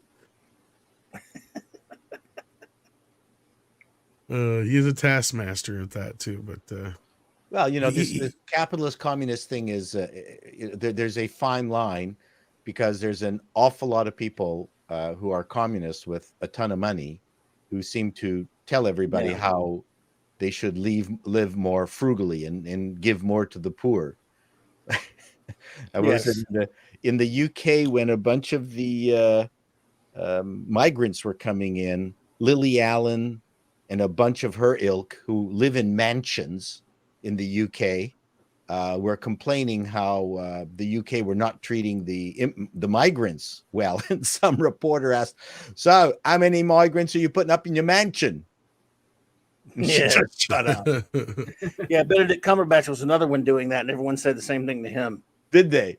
Yeah, he was another one on there. Yeah, it's they're the don't do as I do as I say commies. Yes, it's the I call it the champagne left. Yes, limousine liberals. Yeah. That's right. Same. Liberals is a different. People That's true. misuse They've the ruined term that term. liberal. I Absolutely. call myself a liberal. see, now there's a show I would actually watch. What? Movie stars who actually adopt immigrants. That's called Angelina Jolie. 10 immigrants per house, one movie star. What could possibly go wrong? I think Angelina Jolie. At the end of the day, he just puts was them all to buying work. pets. I think that's what she was buying, strays. It's accessories. Didn't Arnold do that too? Arnold? Well, Arnold made him with the maid. I think he made them himself. He was a cold night. I didn't know what to do. That's right. Okay. I had to warm it up. I do warm it up. So yeah, it's difficult to be rich, especially when you get caught out in a bit of not hyperbole. What am I thinking? Hypocrisy. Yeah. Well, I was like my little flour tortilla. I want to put my meat in you. that's why if I ever become rich, I'm getting no more than a 2-bedroom, like single bungalow somewhere. So when I do make those statements, it's like your mansion is like I don't live in a mansion. No, that's right. Yeah. Yeah. The only two I can remember that were like these Hollywood types that seemed to be, even though I don't agree with them, put their money where their mouth is. Throughout, there may be a few more, but the ones that stand out are Dennis Weaver and Ed Begley Jr. Those are guys that kind of walk the walk, if I remember right. Of course, I didn't know them personally, but at least seemed like they did. Yep. No, I heard that. But they're incredibly tedious people, so that's the trade-off. Oh yeah. Except he was really cool as McLeod. I love Dennis Weaver. Oh, Dennis Weaver, him. Oh yeah, that's right. Writing is I loved McLeod. That was great. Yeah, I love that. And Duel, of course. Yeah. Duel was a classic. Yes. He was a great actor, but he was at least he didn't he do some weird stuff like make a house out of tires or whatever? Was it him? It was a Junior, Begley Jr. I can't remember. Yeah. I can't recall. Leonardo DiCaprio made a house out of crap that he wants to live in. Jack White says raunchy manga series recommendations for the panel: World's End, Harem Himikishi, GA Classmate, Redo of Healer, and I sent you another $10 super chat earlier. Did you guys get it? Yeah, we did get one from you earlier. Pretty sure we addressed that one. So you may have to back it up a bit, but just to be sure. Well, I got the $5 one. I didn't see a $10 one. Let me double check on that one. I don't recall that. See, I got this one with the Criminal Minds, and yeah, I didn't see another $10 one. Let me look. So what was the big topic? What did I interrupt? Oh, not we were just really since it was Thanksgiving, there really wasn't much going on, so it was just like whatever comes up, really. Lots of turkey. Pretty much. Yes. I hope it doesn't come up. It tasted too good. Yeah, you don't want it to come up. Then that's not. Yeah. Turkey can be very rich. I don't eat much of it. Yes, but yes, it's fried turkey I love, which I didn't get any this time, but it is really good. Yeah, fried. Yep, fried turkey is good. I've had that. I've had double fried chicken, which is insane. Double? Oh yes. It's a Chinese specialty. Wow. So they fry it once in the morning before the restaurant, I guess, I preparing totally everything. missed this one. And then just before they serve it, they fry it again. And oh my God. I'm so Like sorry, refried Jack beans. White. Totally missed this one. I don't even know how it got past me. But Jack White said earlier that story do about that. Dr. Pepper. No, this is a different one. Oh, That sorry, story right. about Dr. Pepper reminds me of a story my old PE teacher told me about a guy who ate nothing but Cheetos and Doritos, and his wang turned orange. That Why reminds did me you that. know about his student's wang? Yeah, So- I think that sounds like a bullshit story, but there was the guy just recently who had like a heart attack at the age of 40 something because he would refuse to eat anything but chicken nuggets every day. So are What you is that saying one? orange wang bad? Well, when it's all over your hand. Now, were these McDonald's As long as it's not chicken orange nuggets wang or- chung. Sorry, Well- go ahead, Cloud. Oh, dance Were all they days. McDonald's chicken nuggets? Because that was I think that scary. was I the mean, whole they were thing. Yeah, I think that he would only Oh God, eat. no, man. Yeah, McDonald's you could eat chicken some nuggets good or ones. whatever. Yeah, If you Two eat them every wings day. make them right. 2 wings do not make a white. If loving you is wang, I don't want to be white. Wang Neither do chung. 2 wongs. Wang 2 chung. wongs will never make a white.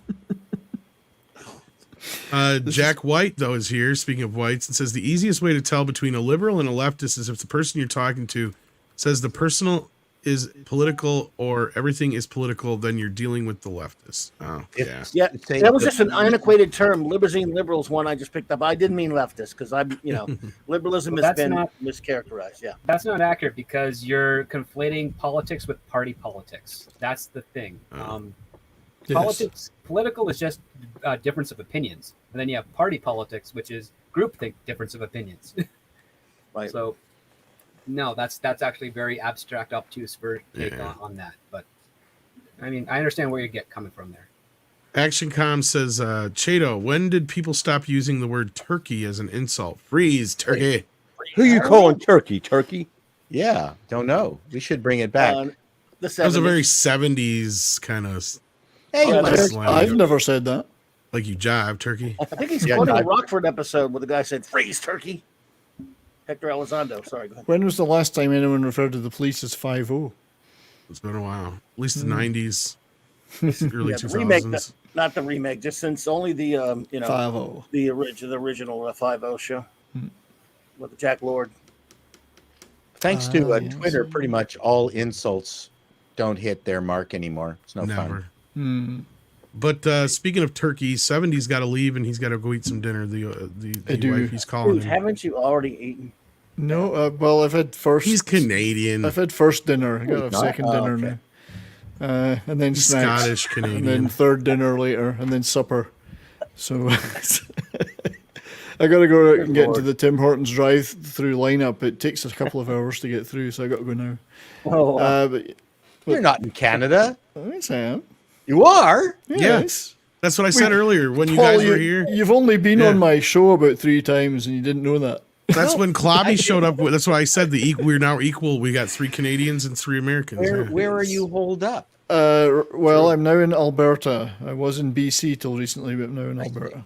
Okay, you But should I be used- out on the East Coast. Yes, I was in Ontario for many No, years. the East. That's the land. We're landlocked. I mean, the East Coast. Like you should be in Cape Breton. Cape. I can't understand those poor people. I don't think.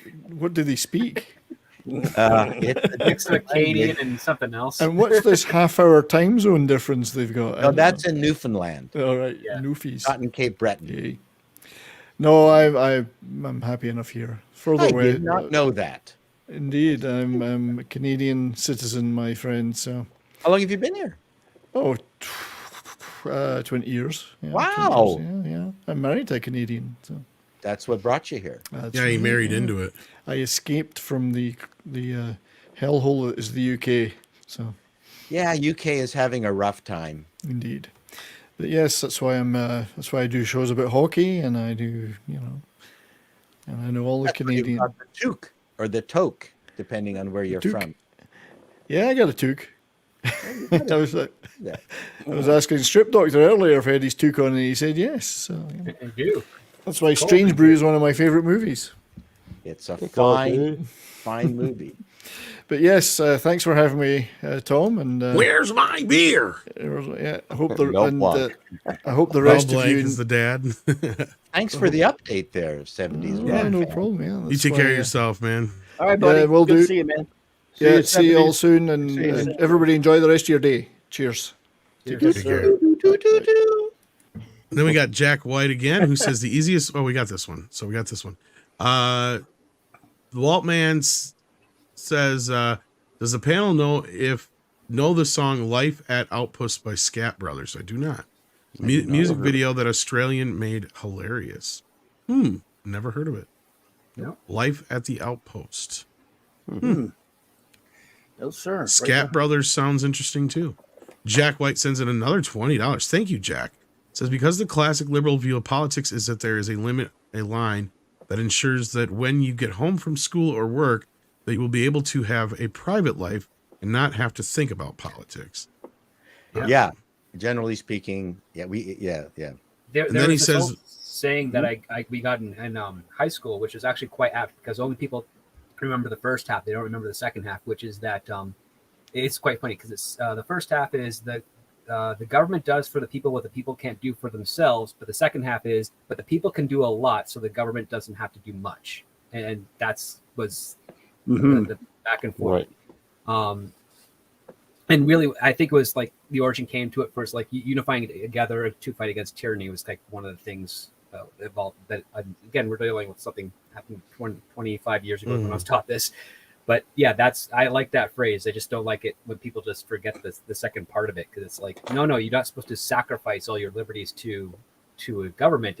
You're supposed to realize that you can do a lot more for yourself than the government can, and that's one of the duties of the government to protect is the autonomy. And And liberals are very big on democracy and voting. Yeah. That's a And then Jack's. Oh, go ahead. okay. That's it. So then Jack just says here that his old PE teacher also told him a story about a guy who drank nothing but Mountain Dew and his wang turned blue. Starting to sense a pattern here, Jack. Yeah, is your phys ed teacher ever arrested? Yeah, very obsessed with peens. Not green, blue, huh? Was it blue, Blue. Mountain Dew? I'm blue. Yes, there There is now. I but think they have blue Mountain Dew now. Yeah.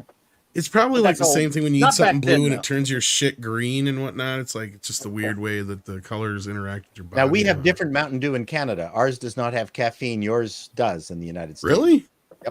Which is why people leave Walmart with cases of Mountain Dew. I Interesting. want a Mountain Dew now. I did not know that. I have coffee. I water. I haven't drank Mountain Yeah, Dew in got water. years. It's pretty Jack mild. White sends in another 10. Holy crap. Wow. Thank you so much, Jack. You're being very generous tonight. It says in script, when it comes to a topic about politics and private life, look up the Lotus Eaters video. The personal is political and the short tataku. Short fat tataku. I don't know what the hell that is. Video. The private life. So you're going to have to write that down. Because I'm not going to be able to say that. Well, I'm well aware of listen, I know what the difference is. I just refuse to accept that politics equals party politics. He rejects your hypothesis like Quentin Tarantino. Yeah, generally a liberal picks and chooses things that are somewhat rational, one would hope. So, which is why I don't mind talking to the left and the right. Yeah. So I it's also short, fat taku. I value the opposition because they might provide questions or statements that allow me to think about a topic that I haven't quite fully examined yet. So that's part of my liberal stance. Anything that would refuse that, I would say, is not liberal, because you're not willing to learn more or be liberated by other ideas. People are being very illiberal Mhm. to each other these days. Of course, then again, Yes. we are now talking to a much wider range of people than we would have prior to social media. Our social circle would have been very, very small. So now that it's expanded so greatly, what does one expect? That no one should be surprised at the way things are going. I think it's like the old Voltaire quote of "I'll may disagree with you what you say, but I'll defend with my life your right to say it." And I think that's where now it's more like I may disagree with what you say, and I'll take your life away if you don't agree with me.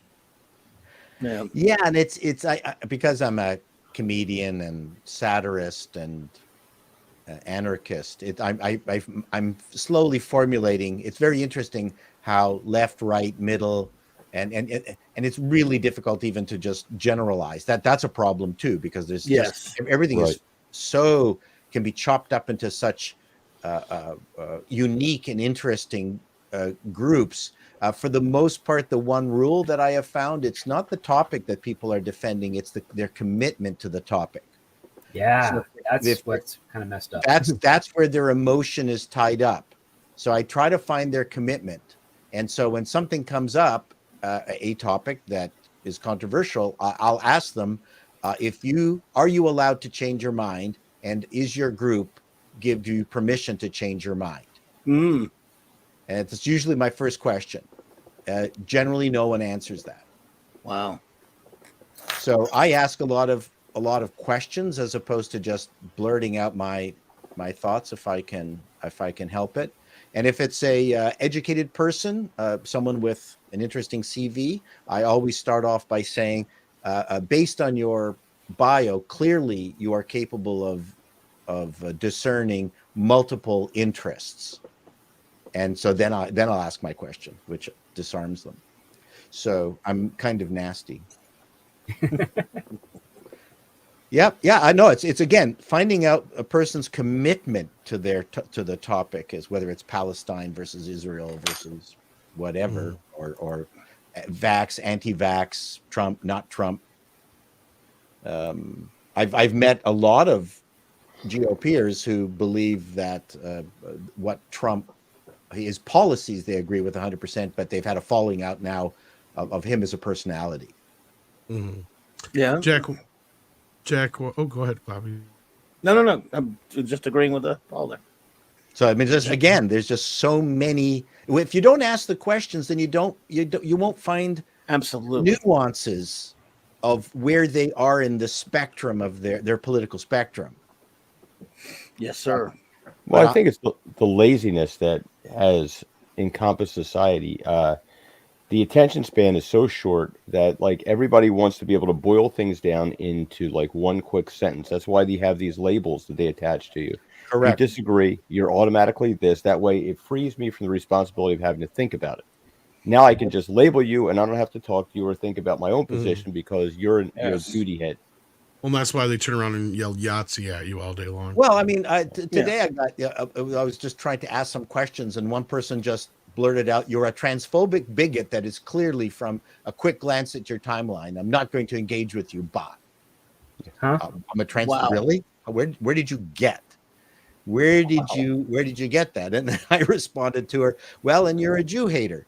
And so now we've now evened up on worthless, unverifiable insults. Let's talk openly to each other. And then she blocked me. So I Wow. find that I'm being blocked by the left all the time. The right don't block me. They will. Inst- uh, I, I don't like there's the trolls on the right. That I don't talk to them. That I go, okay, fine, done. You're having Yeah, but a lot of times the troll, and I'm not sticking up for trolling. I'm just saying sometimes the trolls will only take it so far too. well, And then well, you also have no, you can tell you can tell the people who are being disingenuous in their discussion. Yeah. But I've never been blocked by a Trumper or anyone on the right hand side, even if I've had a really good back and forth with them.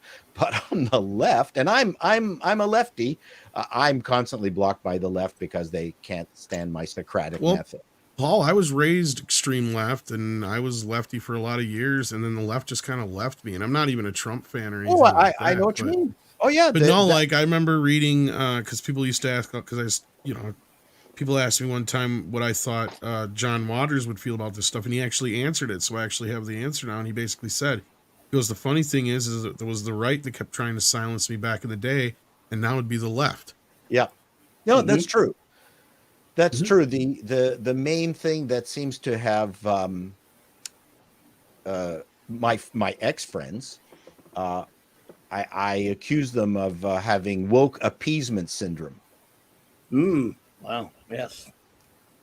And that's almost as big of a problem as these people who are woke as those who are just kind of like I distinguish between the woke and the woke appeasement.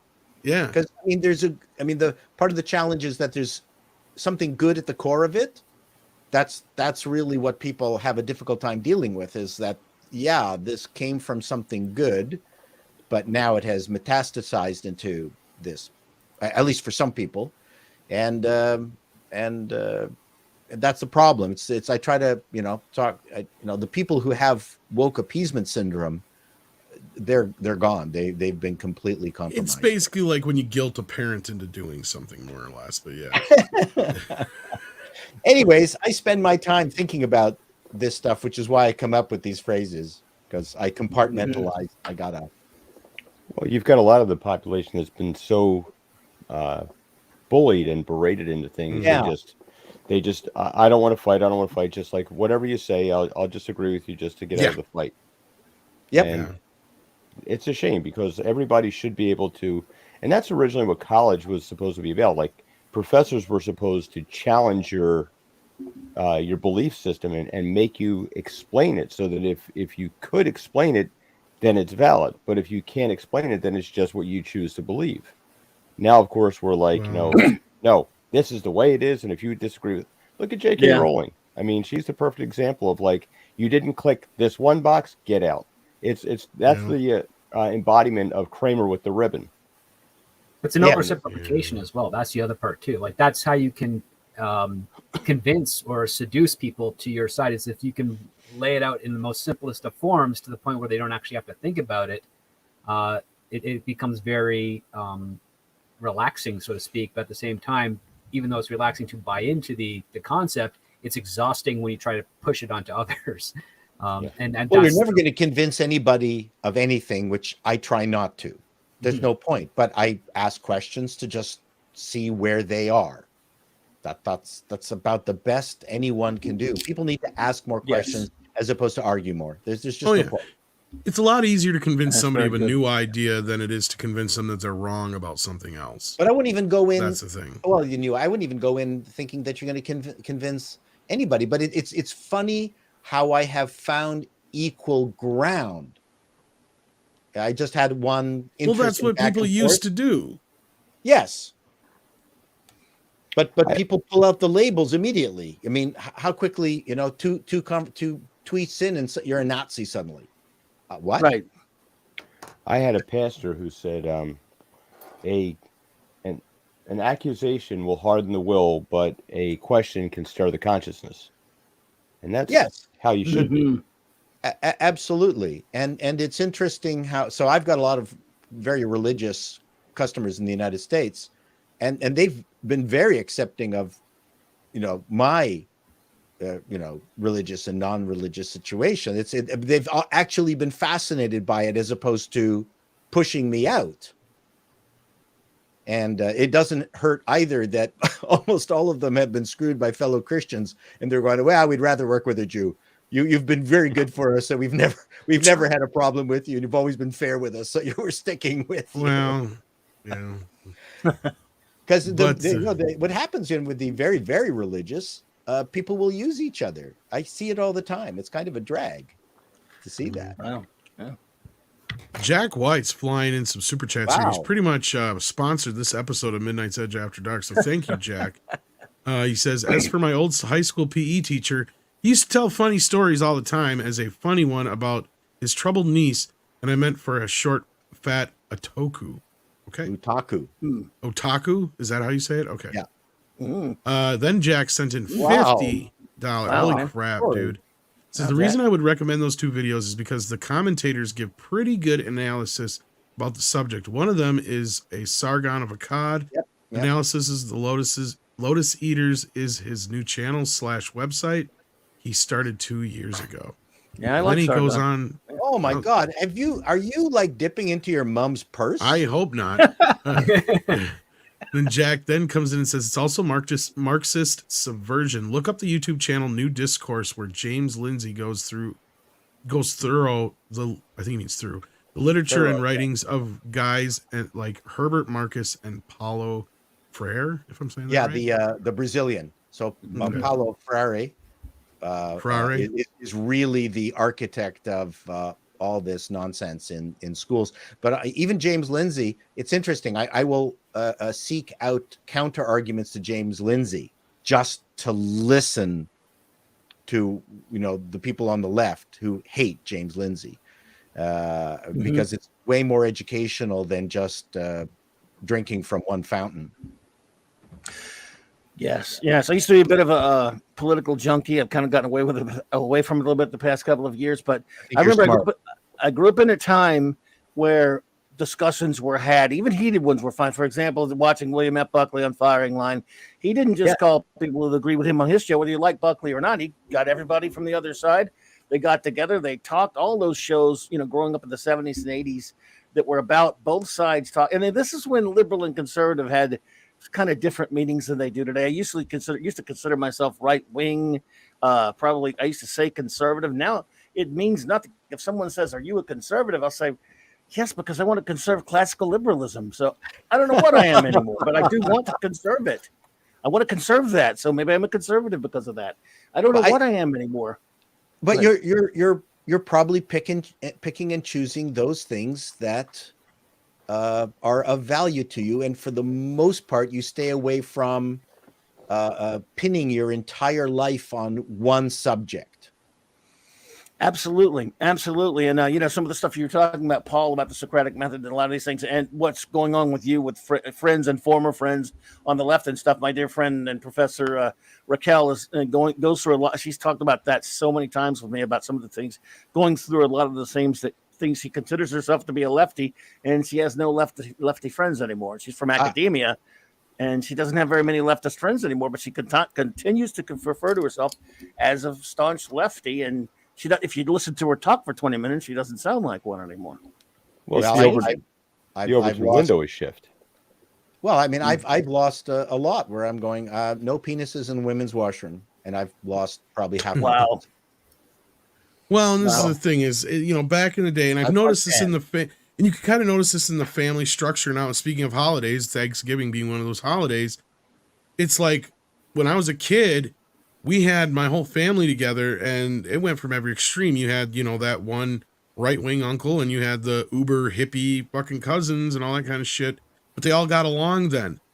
It wasn't until recent years where we've gotten to the point where the whole thing has broken down. Fuck COVID getting in the way. They were already getting to the point where you always had one leaving in tears and the other one saying we're never coming back, and it all falls apart because it's basically, it's family structure going bye-bye because you got two people who just can't get along now and everybody else is stuck in the middle, and it's kind of the way the whole thing kind of feels in this sense is you have a small group of people on one side in the far extreme that are yelling at the other group of people on the other side of the far extreme. And you got the rest of us just kind of in the middle, just looking back and forth at each of the other going, when are y'all going to quit fighting and just start trying to figure out how to work together? But I again, thought I'm you were going to say, also when are you going to start quick fighting and hand me the drumstick? Because I've heard those types of arguments too. at Thanksgiving and Christmas and other holidays yeah. since I could actually understand language. Like the fact that Yeah. it's just gotten a bit more specific to the party politics is That's the thing is at it's least- gotten overheated now. Like it's spilled over to the fact where it's actually destroying families, if you ask me. Absolutely. And I mean, I point to the idea that if you were to give like a modern college student, for example, because I just saw that video of the billionaire's daughter who gave Oh, the eulogy at her. Oh, at that was her- disgusting. Yeah. Oh, that was horrible. But if you were to give these kids like John F. Kennedy's inaugural address and have them read it, oh my God, look at this right-wing fanatic. He's alt-right. He's practically a Yahoo. That's He's not what your country can do for you, but what you can do for your country. so Yeah. can you tell me more about that eulogy thing? Like, what was her problem? I mean, was her She dad was just a raging Terrible. fucking lefty. no? and But her was dad her was a dad Trump. that that bad an individual? Was he a industrial rapist, or is it just her crazy like is she basing this Symbionese off of actual- liberation RV moment? So you're wondering if she's basing these things on real examples that she personally experienced or just conjecture from political brainwashing? Basically. Yeah, I don't If know. I had I to haven't guess, been it able was to the judge. latter, but yeah, I don't have enough information to go on with Andy, that. But yeah. you saw the speech, right? Yeah, she she basically gets up there and says, I'd like to feel bad that you're dead, but I don't, because you're Wow. at the end of the day, you're just a Trump supporting right wing, Oh, blah blah boy. blah, and and there was actually some people in the crowd that clapped for her, and which was even more disgusting, because especially since this guy he was pretty successful, and everything that she had, she owed to him. Her ability to sit there and have these opinions, and the luxury of it. I mean, I always say, like, I grew up like we didn't have a whole lot of money, and growing up in was born in the late '60s, and growing up in the '70s, like, you had heat, but there was one air conditioner in the house. There was one colored TV, and there was a fan. And me being the youngest, I usually didn't get the fan, so I would sweat a lot. And like nowadays, these kids, they don't know what struggle is. You saw that video a couple weeks ago about the kid crying that he had to work an 8.5-hour shift at Starbucks. Or the Cry me kid a who river. quit over getting asked to do dishes at McDonald's. Yeah, that's Oh. one that come up. Oh, But here's this the speech right here, actually. Oh, for no, those who wanna- it's painful. And highly aware of all that you've given this family, I still don't miss you. Pink Deep hair. down, I felt like there was a hole. I missed something, but it wasn't you. It was the idea of what you could become. I missed being able to hope and wish that one day you'd turn a corner and see the world from my perspective. I missed the idea that one day you might help me fight for the things that matter. I missed my It's me. I hear a lot of me in there. Yeah, We don't have to hear the whole thing. Does she have brothers, sisters? Did we get a reaction from anyone else in the family? What's funny Oh is my she God. calls him a racist, but I don't think she's white. She's she's mixed race. Yeah, I would say.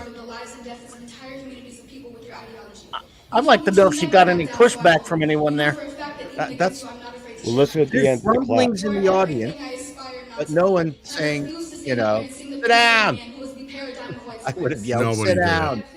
Yeah, Yeah, it doesn't I'm have sure the she whole had to thing get there, something but by yeah. somebody.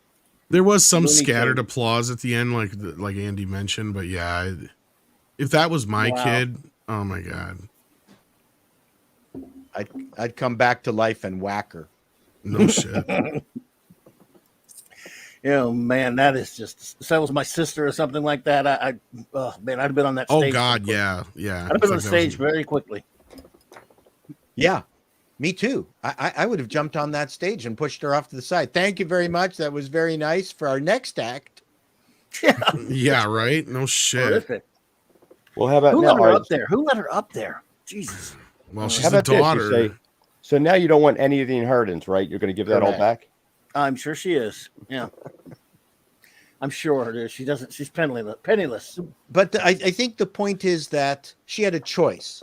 She could go, like, I mean, many of us I didn't, but I mean, there are people who have hated their parents, and their solution was to not be their parent quietly. That was it. Maybe they went through some therapy, but their solution was to not be their parent. So if she's got this money and she felt that she was hard done by her father and he was not a good person, why doesn't she go out and just undo it? Why do we need Exactly. this is the equivalent of announcing I'm leaving Twitter? Exactly. Everybody, Yes. I'm leaving Twitter. You hear me? Anybody here? Yeah. I'm leaving Twitter.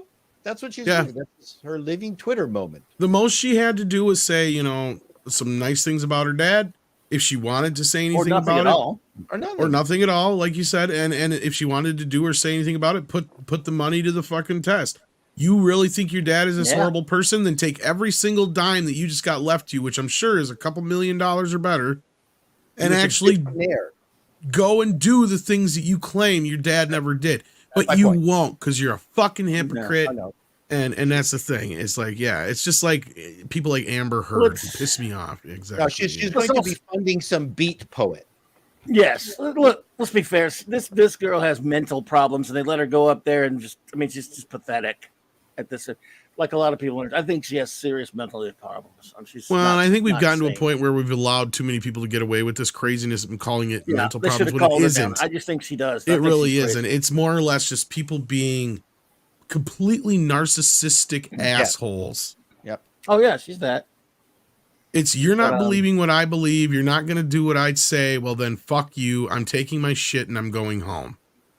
Like, that's what a lot of these people are acting like. And it's like, it's gotten to a point where I'm just like, more people just need to say, fine, leave. Go. Oh, yeah. Nobody's stopping you. You know, it has really started to piss me off to the point where, and that's where I've said fire with fire. Some people are like, no, we need to take the high road. I'm like, fuck that. Fuck that. That's where I'm like, at this point, I'm like, just the hell with it. We've spent the last 6-7 years taking the high road. And what has it got us? Nothing. Nothing. It's got us nothing, but they keep taking more and more and more and more and more. I mean, I think there's something to be said. I mean, the comedy group I was with, the Frantics, we were pretty much on our way until our television show was canceled, and then it's just been suffering and terrible horribleness ever since. And I tell people that humility was forced upon me. And you know, without that, I mean, I could have been a wonderful asshole. Like, Joe, Well, I think everybody has those moments in life, Paul. I mean, only I was famous and I could be the asshole I aspired to. well, yeah, it's a little different when you can afford to be an asshole. Hold on a second. You guys talk amongst yourselves. No worries. But no, it's all very true. We got a couple super chats here anyway, so that's fine. Waltman says, then I shall double-edge razors are better than cartridge razors. Look up Henson shaving since it's Canadian. Oh, well, you Canadian fellows, there you go for some razors. Jack White says the tactics the leftists, whether they know it or not, are using is Herbert Marcus repressive tolerance. Ugh, can't talk right now. It's because I feel like I got a hiccup and I can't quite get it to come out. Jack White says when it comes to race issues, people should be forced to read Thomas Sowell's work. I wouldn't say There's forced, somebody I actually know. I love him. Thomas Sowell's. I agree. He's fantastic. I don't agree with the word forced, but they should be recommended it strongly. Yeah. Recommended is a better word. I agree. Yeah, I mean, but no. When I say that girl is nuts, I'm just trying. Again, being facetious mostly. I think someone says she's a fanatic. I think fanatics are nuts. But here's my point, Klobby, and it was nothing personal towards you. It's just we've gotten to this point where people have just kind of ignored it and let it go, and they're just like, whatever, blase, kind of, oh, well, they're just nuts. That's not what it's I like, was okay, doing. well, either they do seriously have some mental issues, and that means they need fucking help, or somebody needs to finally tell this person no. Well, and that's because that's the big problem is we got a whole generation of kids who were raised without being told no. Oh yeah, we're turning them crazy though. I mean, I'm just saying that's not what I was doing. Like I said, I'd go up on that stage and get her off of there. But even people who are pretty messed up don't stand there at their father's funeral and stand up there unless something's wrong with them. I mean, that's just it. It's like, even if you have like the worst relationship with your dad, that's not the time or place to be taking that in front of a crowd of people like that. And it's going to make it. Yeah, I think there's some cuckoo about it because you're not just there for you. You're there for the individual who passed away and the other Right. family members too. So you have to take all that into consideration. If you're not going to be there for those reasons, then don't fucking show up. Yes, absolutely. Oh, yeah, I agree. Have Walter the Williams, too. decency to respect the dead that much. Like, it's like, look, there's everybody has got some shit in their past, and there's probably something with something. There's many people in my life where, you know, it's like, oh, I wish I wouldn't have, you know, I wish I would have patched things up before they passed away, but you don't always get that fucking choice. But instead of showing up and trying to pretend nothing was wrong, I just stayed the fuck away. You know, it was for me, I felt it was more respectful for me not to show up at their funeral. You know what I mean? As opposed to trying to, oh, what the fuck is he doing here? He didn't like the individual anyway, right? Like, that to me is the same kind of a thing. It's the same thing with when it reminded me in school when we'd have somebody get killed or die. And there was always that one or two girls who suddenly were best fucking friends with this person, yet they never had the time of day for him. And you know they're just doing it because they want the attention. No, And it pisses everybody. Yeah, and it pisses everybody off who knows the person.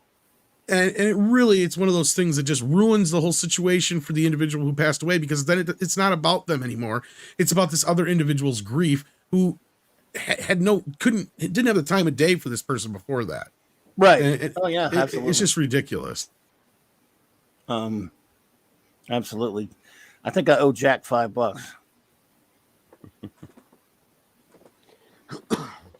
But it's funny because like Good. you've got these, you know, these kids that are we've been rewarding narcissism into, and I think it kind of had its beginnings with all of the talk shows in the late 80s and 90s, the Oprahs and the Sally Jessies, when everybody started talking about feelings and how important your feelings are. And my dad fought in World War II, so like, you know how much he cared about my feelings. Like, I don't give a shit. Get up, get your work done. It's like, you know, and that was the end of the story. And feelings were for later. Feelings you could kind of process later, but like, get your stuff done first. Now everything's supposed to stop because I feel a certain way. And the narcissism that not only are their feelings important, but they're of paramount importance. Now everything else has to stop. And like what she said, if you could have seen from my point of view, like, she's right. How do you know you're right? And that's one thing. We used to value wisdom. We used to value people who survived long enough and gained some wisdom through that life experience. Nowadays, it's like they believe that knowledge is more important than wisdom. And that's a disaster waiting to happen. Because, like, you know, we were just talking about this, like when 70s was here, about the whole archaeology thing. Well, it's going to change. They're going to find things that doesn't fit into the model. The same thing with diet and all like the food pyramid they made in the 70s is complete crap, and everybody knows it now. But that was the science. And it's going to change. But everybody adheres to this thing like it's got to be gospel. And sooner or later, when things change, it's like if you're that inflexible, if I'm not going to see things from your point of view, and that makes everybody else terrible, and I'm not going to listen to them, well, now you're brainwashed, and there's no sense talking to you. And the dialogue is the important thing. Yes, sir. Yeah. We got some more super chats coming in here. Thank you so much, guys. You're very generous, especially Jack White, who's pretty much sponsored this episode. Waltman says, when we got this one. Thank you for that one. I got some of these. I thought I unstarred them. Sorry about that. Got this one. Okay, here we go. Jack White sends another one and says, Tom, I just sent you an email with a link from a Joe Rogan podcast explaining Tom's soul analysis to Joe. And when I was forced... quite a clever person. Yeah. Love him. Big fan. When I said forced to read, I meant when they were in school. Well, I realize that, Jack. I owe you $5, man. You didn't have to clarify it like that. But and then Inverse Opinion has been a member for 1 month at the maximum effort puppy level and says younger generations have quit respecting older generations. This is true. That was why you put up with relatives you didn't agree with out of respect for grandparents. That's a very poignant point. Well, the entire concept of respect has been lost over the generations because respect is not bestowed, it is earned. And one of the things that I learned with relationship to my parents, and also when I was helping my best friends raise their kids, is that you don't ever stop earning respect between parent and child and back and forth. The moment you start taking it for granted is when you've actually lost it, because the instant you break their trust, you will always have that crack in the relationship, and it's always going to be there. It will get probably Right. smaller as the relationship expands, but it's always going to be there, and it's going to happen. But as long as you're able to maintain the concept that I'm constantly earning the respect of my kid, and then you're instilling on them that they have to constantly earn your respect as well. It's a symbiotic relationship. No, And it's true, because my son's a mechanic and he keeps our Subaru on the road. exactly. You don't want to tick them off. That's it. Pilgrim Media says people online go into auto mourn. Me. Yeah, you know what? I see this sometimes, Pilgrim Media, and I'm not going to call anybody out or anything for it, but I will say I can say I've seen this among certain YouTubers. Let's say when a certain celebrity will die, and all of a sudden they were the biggest fan in the world of them. It's like, you didn't mention them before that. It's like, yeah. It's like, to me, like recently the guy from Power Rangers who passed away. I wasn't gonna lie, I have no real connection with this guy. Likewise. I feel bad for those who do. Sure. But to me, the Power Rangers was past my time. It's nothing personal. It's just, I don't even know this. I couldn't even remember the guy's name, and it's not any form of disrespect at all. It's I just think he's yellow. Yeah. Was I think, yellow? actually, it was the green, wasn't he? green. No, It was the Frank was the green, yellow, red, and great white one, or ranger. something like that. Yeah. Tui I Trang only was know the 'cause Green of my Ranger. kids. She was a character actress, and then the Yeah. Green Ranger is Jason David Frank, who That's what I was talking about. I know his reputation among the fans is like really positive one. I just was never interested in the characters he played, because fortunately for a martial artist and an actor, he was given a terrible character to start out with. He was given the Green Ranger, who once he became good, he would never be hanging out with his friends all the time. He'd be go training alone and never wear his comm link. And then when they needed him, he wouldn't be able to answer because his comm link wasn't worn. So he's kind of irresponsible. Like, that's how you're going to introduce a new team member, and you're a responsible guy. And it's like, no, I'm not. As a kid watching that, I was like, yeah, I'm not interested in him. I don't like the non-team player type. He was very popular though, and fans loved him. And I didn't know because his he had name a either. chest shield. That's it. Oh, That's the reason. my kids loved the show, and they might have known who he was, but I didn't really either. And the guy was like almost 50. So but in that sense, to me, it's the same shit as I was talking about earlier with the high school girls, but now it's just being used for clicks. But sure. Do you have kids, Script? I have 7 godchildren that I helped raise because I grew up in a town with a high rate of teen pregnancy. What? Yeah. Wow. I became a godfather when I was 16 years old. Oh my. Script got laid a lot. He was the Godfather. I'm kidding. I don't know. You might are have. you? I'm not a parent. No, I've been very responsible that way. So I know you gave parental advice there. I didn't want to cut you off there with a cheap joke. Yes, No, I did. that's okay. I look forward to being a parent and having every single expectation completely thrown in my face. I'm a parent and I'm a shitty one, but you know what? It doesn't matter. They wouldn't allow me to be a decent my one parent, piece of so. advice: there's no such thing as quality time, only quantity time. Yeah. There's my one piece of advice.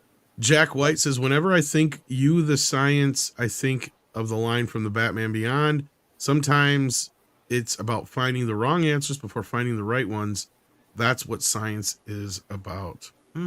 That's one way of looking at it. Well, the best quote of science is from Sabina Hassenfelder, and Tom, you've heard this. Is Sabina, who's a physicist, a very smart woman, said that science only tells you that moving water over top of a downed electrical wire will transmit the electricity. Science does not tell you to not pee on the downed wire. I think Hank Williams had a similar quote. So, and that's actually one of the problems with all these, it was more about pissing on an electric fence, well, but yeah, same difference. This is part of the problem with what happened with COVID, right? And like, what is science and who's attributing it to science? And science doesn't really say anything, but suddenly everyone's telling us that science is telling us this. And so there's been a real downgrade in terms of people's opinion about science, which is just a process. That's all it is. It's a method. It's not a thing. It's a method. So anyways, I'm a science nerd. all And I right. hated what happened during And COVID. it's almost science like- is only limited to what we can observe at the time and replicate, and that's what I love about it, because it's like I always have this one question whenever I'm introduced to a new physicist. I say, what's faster than the speed of light? And if they say nothing, I'm like, then you're not legit, because your correct answer is we haven't discovered it yet. Well, this is part of like the nice part about being older is that you've got a chance to see the science change. When we were in school, T-Rex dragged his tail across the ground like Godzilla. And then nowadays you're taught in school like that's more like Jurassic Park. It's always going to change. I mean, how many times has coffee been good and bad for you? And Yes. that's the thing. It's like, I've seen so many things like, in exercise. This is definitely the way you have to do it.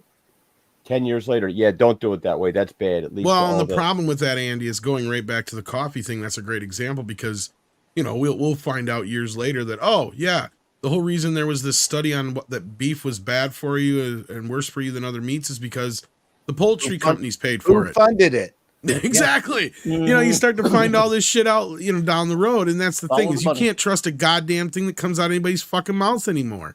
Well, Like if I don't see it with my own eyes, I don't believe it half the time.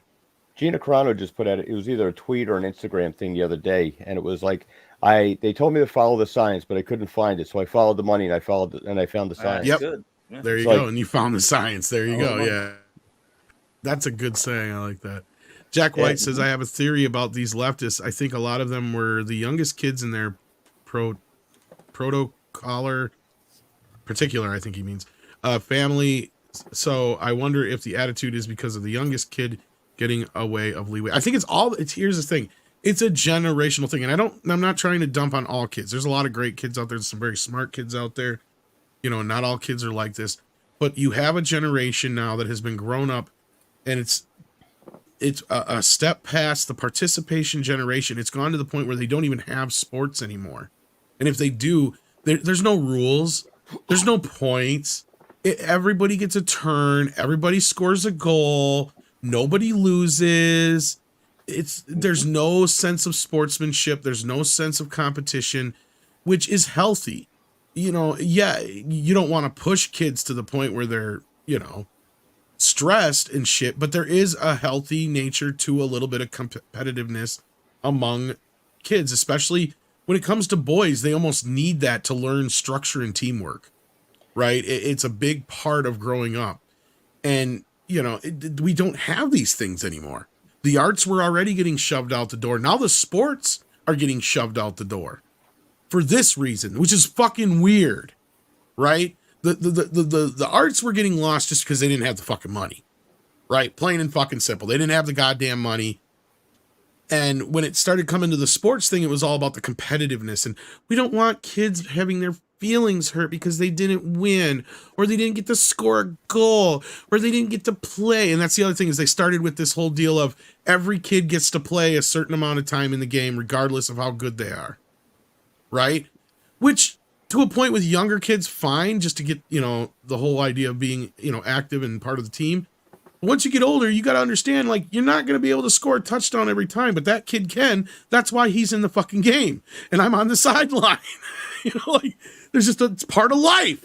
Sometimes you're the guy on the sideline. But you know what? That guy on the sideline, he's going to get a scholarship to some, prestigious scientific college, as opposed to the kid who's scoring touchdowns. He'll go to a more prestigious sports driven college. That's kind of the way it used to work out. And it all kind of seemed to work out for everybody, regardless of your skin color, where you came from, and all that kind of shit. And that's where things have changed now, is this equity bullshit and all that gets in the way. And that's changed things too, because then it's like, oh no, not only do we have to have an equal amount of this, we have to have a same amount of this, this, and this, and this, and this at the same time. And it makes individualism go out the fucking window, which is funny because a lot of the people in these communities used to be the ones that were screaming about individualism 20 years ago. And now they're giving it away. And it's like, all right, y'all got what you wanted, but yet you want to go the opposite direction. All right, cool. But anyway, sorry for that. That was me just getting my political rant out of the way. Then we've got Radioactive, who says, notice it's almost always non-scientists saying what science is. Yeah. Yeah. Yeah. Yes, sir. And then the biggest cop out of people who are politically not inclined to believe the science, let me leave it at that, is I'm just asking questions. So that's my line. And now I'm throwing shade on myself, but they're not really asking questions because they don't want the answers. So if you don't want the answers, then you're not really asking questions. So No, I they're wasn't always just- necessarily they're the stuck guy in a in the rhetorical question type of position of them. Well, there's that too. But like, as far as the sideline thing goes, no, I wasn't necessarily always the guy in the sideline. I was always the guy stuck protecting the guy that I couldn't fucking stand. So it's like, well, do I take a hit for this fucker this time, or do I just let this guy pass? You were a You had to blocker. tie your shoelaces a lot, Yeah. Tom, didn't you? Just So no. you my were a shoelaces blocker untied. on offensive line, huh? I was offensive lineman. I didn't want to be. Yeah, I did that a little bit too. No, the only equity I ever saw in sports growing up was, and it was the only rule, which is everyone has to play. That was it. In Little League, they did that a lot. That was not good. Not a good And lesson. see, yeah, with kids, that's a little different because you're all kind of more on an equal level. Like some kids, yeah, maybe a little bit better than others, but you haven't gotten to that point where kids have actually grown into their athleticism necessarily yet either. So it's nice to be able to get everybody out there to kind of get an idea of what you're doing and, you know, whether or not you even really want to do this. You know, and I mean, everyone's different. We signed my son up to soccer and t-ball and things like that. But you know, t-ball, I can't remember how old he was, but he got the uniform, and whenever he was in outfield, he would just sit in the ground and dig holes in the dirt. And the coach was great. He went, I don't care, dig holes in the dirt. And then when it was time to take a bat, they go, Ellis, you're batting. No, I don't want to. And the coach would go, that's fine. I mean, we had a very, very good coach. But the one day that we were taking the team picture, and I think it was like $300 or whatever to do the summer of t-ball, and so we had all the kids and the double lines, the benches, and they're all nicely lined up like your typical baseball team picture. And the coach is going, "Okay, Ellis, come in, let's get your picture." And he goes, "Nope." And I went, "Ellis, I paid $350 for this." And I said, you know what? I paid this money. We're going to have a chatto in this picture. So I grabbed his baseball hat, sat down as a giant amongst all these midgets.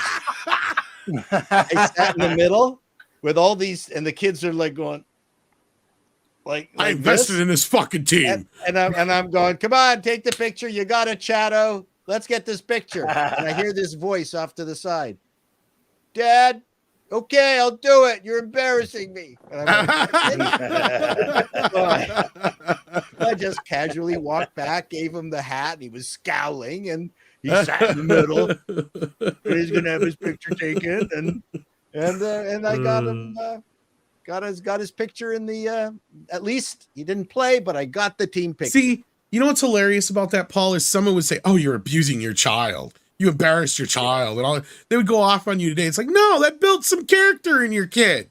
Actually, you know what happened? I was standing next to a woman with two children, two small ones, and her third one was on the team, and she was hotter than hell.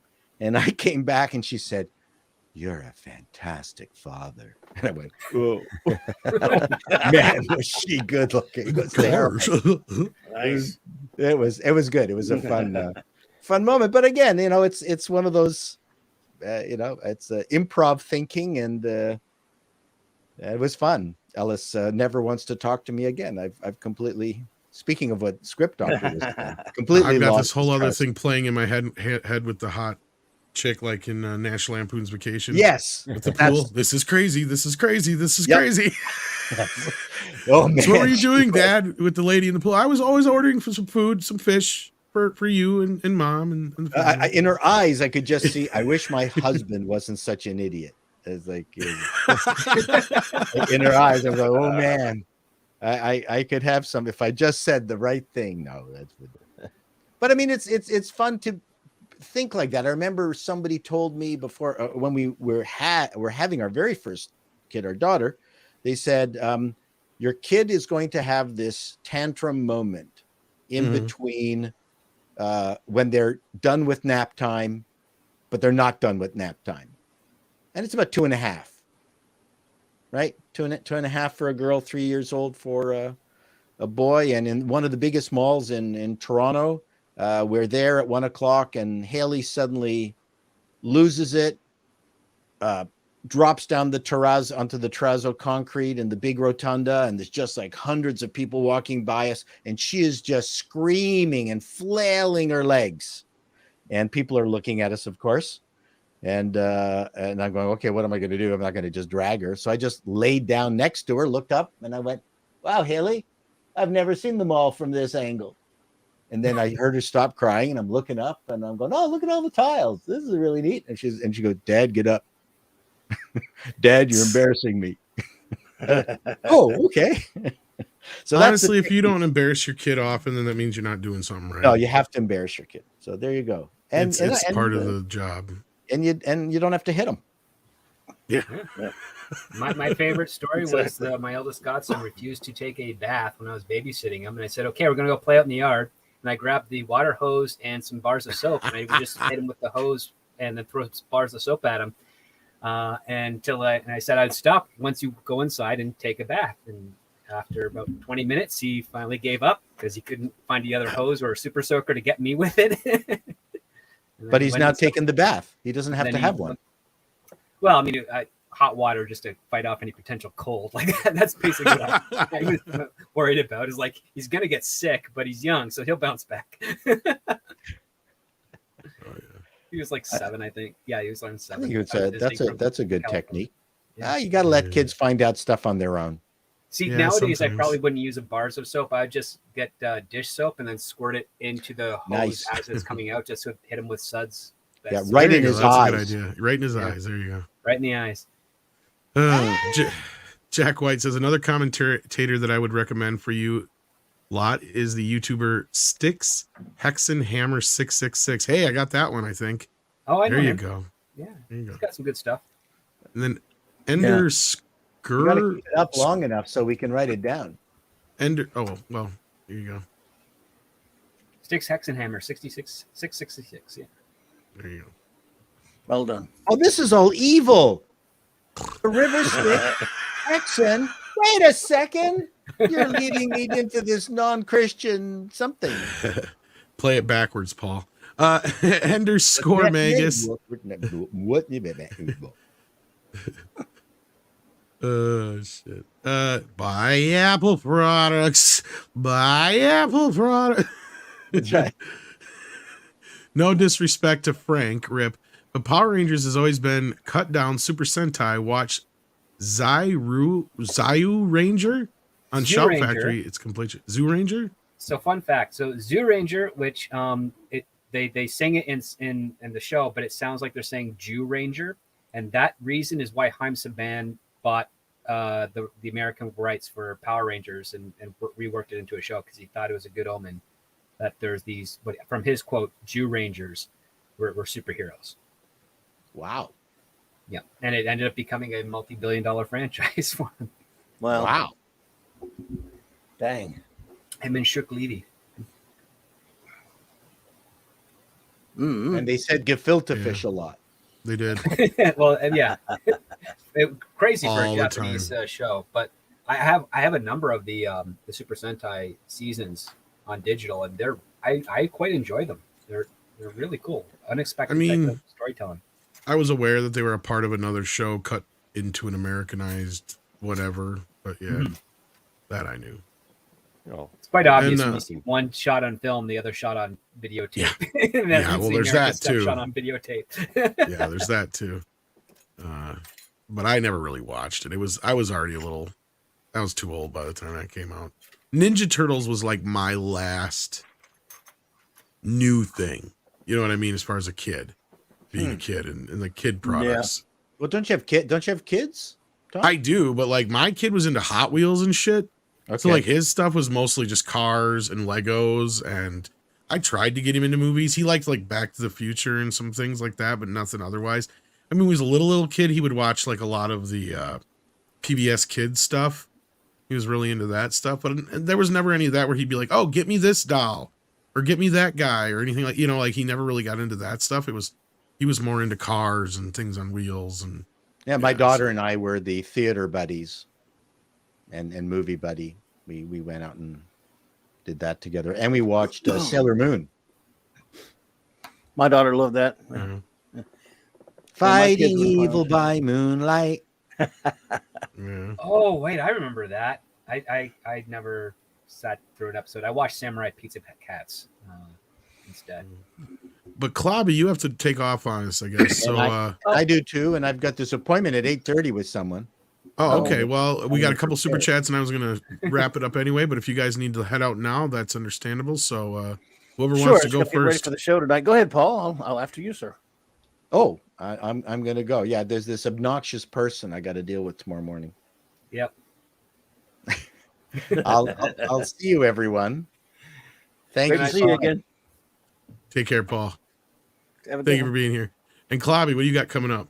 In about a half hour, got the Clobby's Clubhouse with Raquel, and I hope Mark shows up, and just our usual there for Thursday nights, I guess. And no, that's about it. Other than tomorrow night at Nick's Comic Shop, and then Saturday night Star Trek. So Awesome thanks for sauce. having me on, buddy. Well, and happy appreciate it. Thanksgiving. Sorry I was late. Well, thank you so much. Oh, Same to no, you. no worries. And happy Thanksgiving. I hope you all had a wonderful Thanksgiving day. All you great friends out there in the chat and everyone else lurking and stuff. Andy, good to see you, buddy. Script, as always. Likewise, great to see Bobby. you. Great seeing you, Bobby. Take care of my friends, and I will hope to see you all soon. Yeah. Everybody's care, descriptions everybody. are in the description. So, or everybody's Thank links are in the description. I mean, Jesus, I can't talk. Gunstar1 says, Happy Thanksgiving. Oh, shit. Paul, I used to watch the Frantics 4 on the floor with my family on Showtime during the mid-'80s. Thanks for laughs and memories. I am sorry, Gunstar1. I did not see this just before he left. I would have grabbed it before he did. Jack White says, because I am a millennial, I don't believe this is leftist stuff. It could be. Jack White says, the sports stuff I never give a flip about, never got into sports, and I hated school. Well, you were just one of those kids, I guess. But I can see what you're saying there. Adam Wolford says, my 3-year-old had one at Walmart, and I just looked down to him and laughed at him. Then I took his feet and dragged him around Walmart, and his older sister was laughing. He doesn't do that anymore. I think he means a tantrum. Yep. That is what Wolford is talking about here. But I'll be sure to send this to Paul Gunstar1. I'm sorry about that. I really should have read it before Paul left. I apologize. That is all on me. Sorry about that, buddy. I'll send that to him. And actually, he might be on the show in the morning anyway. So if he is, I'll just bring that right up to him in the morning. There you go. Let's see here. Then we've got, a couple more super chats, and then I think we're going to close her down for this Thanksgiving. Nicholas Horton says, back in the 90s, Power Rangers did a crossover with the 90s movie Turtles, and 2023 is the 30th anniversary of the Power Rangers. Okay, I'm going to correct you here. That was not the 90s movie Turtles. That was the Saban Ninja Turtles, which is completely separate. They're not related in any way, even though the original concept did start as a Ninja Turtles 4 project and all got pushed over into that. There's no actual connection with them whatsoever. Aside from the attempted replication of the Henson doll effects. Kind of, sort of, yeah. But other than that, like, they don't share the same actual continuity.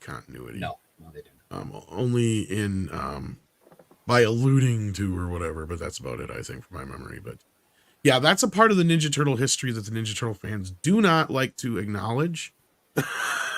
So that's our Highlander 2. And then Action Com says, good night, all you turkeys. Thank you for that, Action Com. And then Jack White comes in with another 10. Holy crap. Says, I had a guy I used to hang around with who made a joke that the only good thing about Sailor Moon for the boys who sat through it is that it gave them their first hardening. What? Well, maybe if that's what you're into, I suppose. It's like entry to Weebville, I guess, right? I guess, yeah, basically. That's what I was thinking. It's like, I guess if that's your thing eventually, I could see that being your trigger, I suppose. But there you go. Thank you so much, Jack White, for all your generous super chats tonight. And thank you, everyone else, for your super chats as well and all your support. Hit that like button if you haven't. Check out all these guys. Their links are in the descriptions. Andy, do you have anything coming up you want to plug at all? Yeah, I'm just, chugging away You're here just around. sculpting. Who are you even sculpting there? I couldn't even figure out who it was. It's really, Well, all right, so you have to. I'm kind of it's trying going- to figure out. It's going to Looked be a little Gary like- Ambrosia. Oh, okay. Now I can kind of see it. Okay. Yeah. Yeah. All right. Did you Neat. see the Work one on the ear I there. just sent? Ethan Van I seen Sciver just- EBS's and that one looks amazing, dude. Thanks. Yeah. That is like uncanny as fuck. You know, there's a funny story behind that.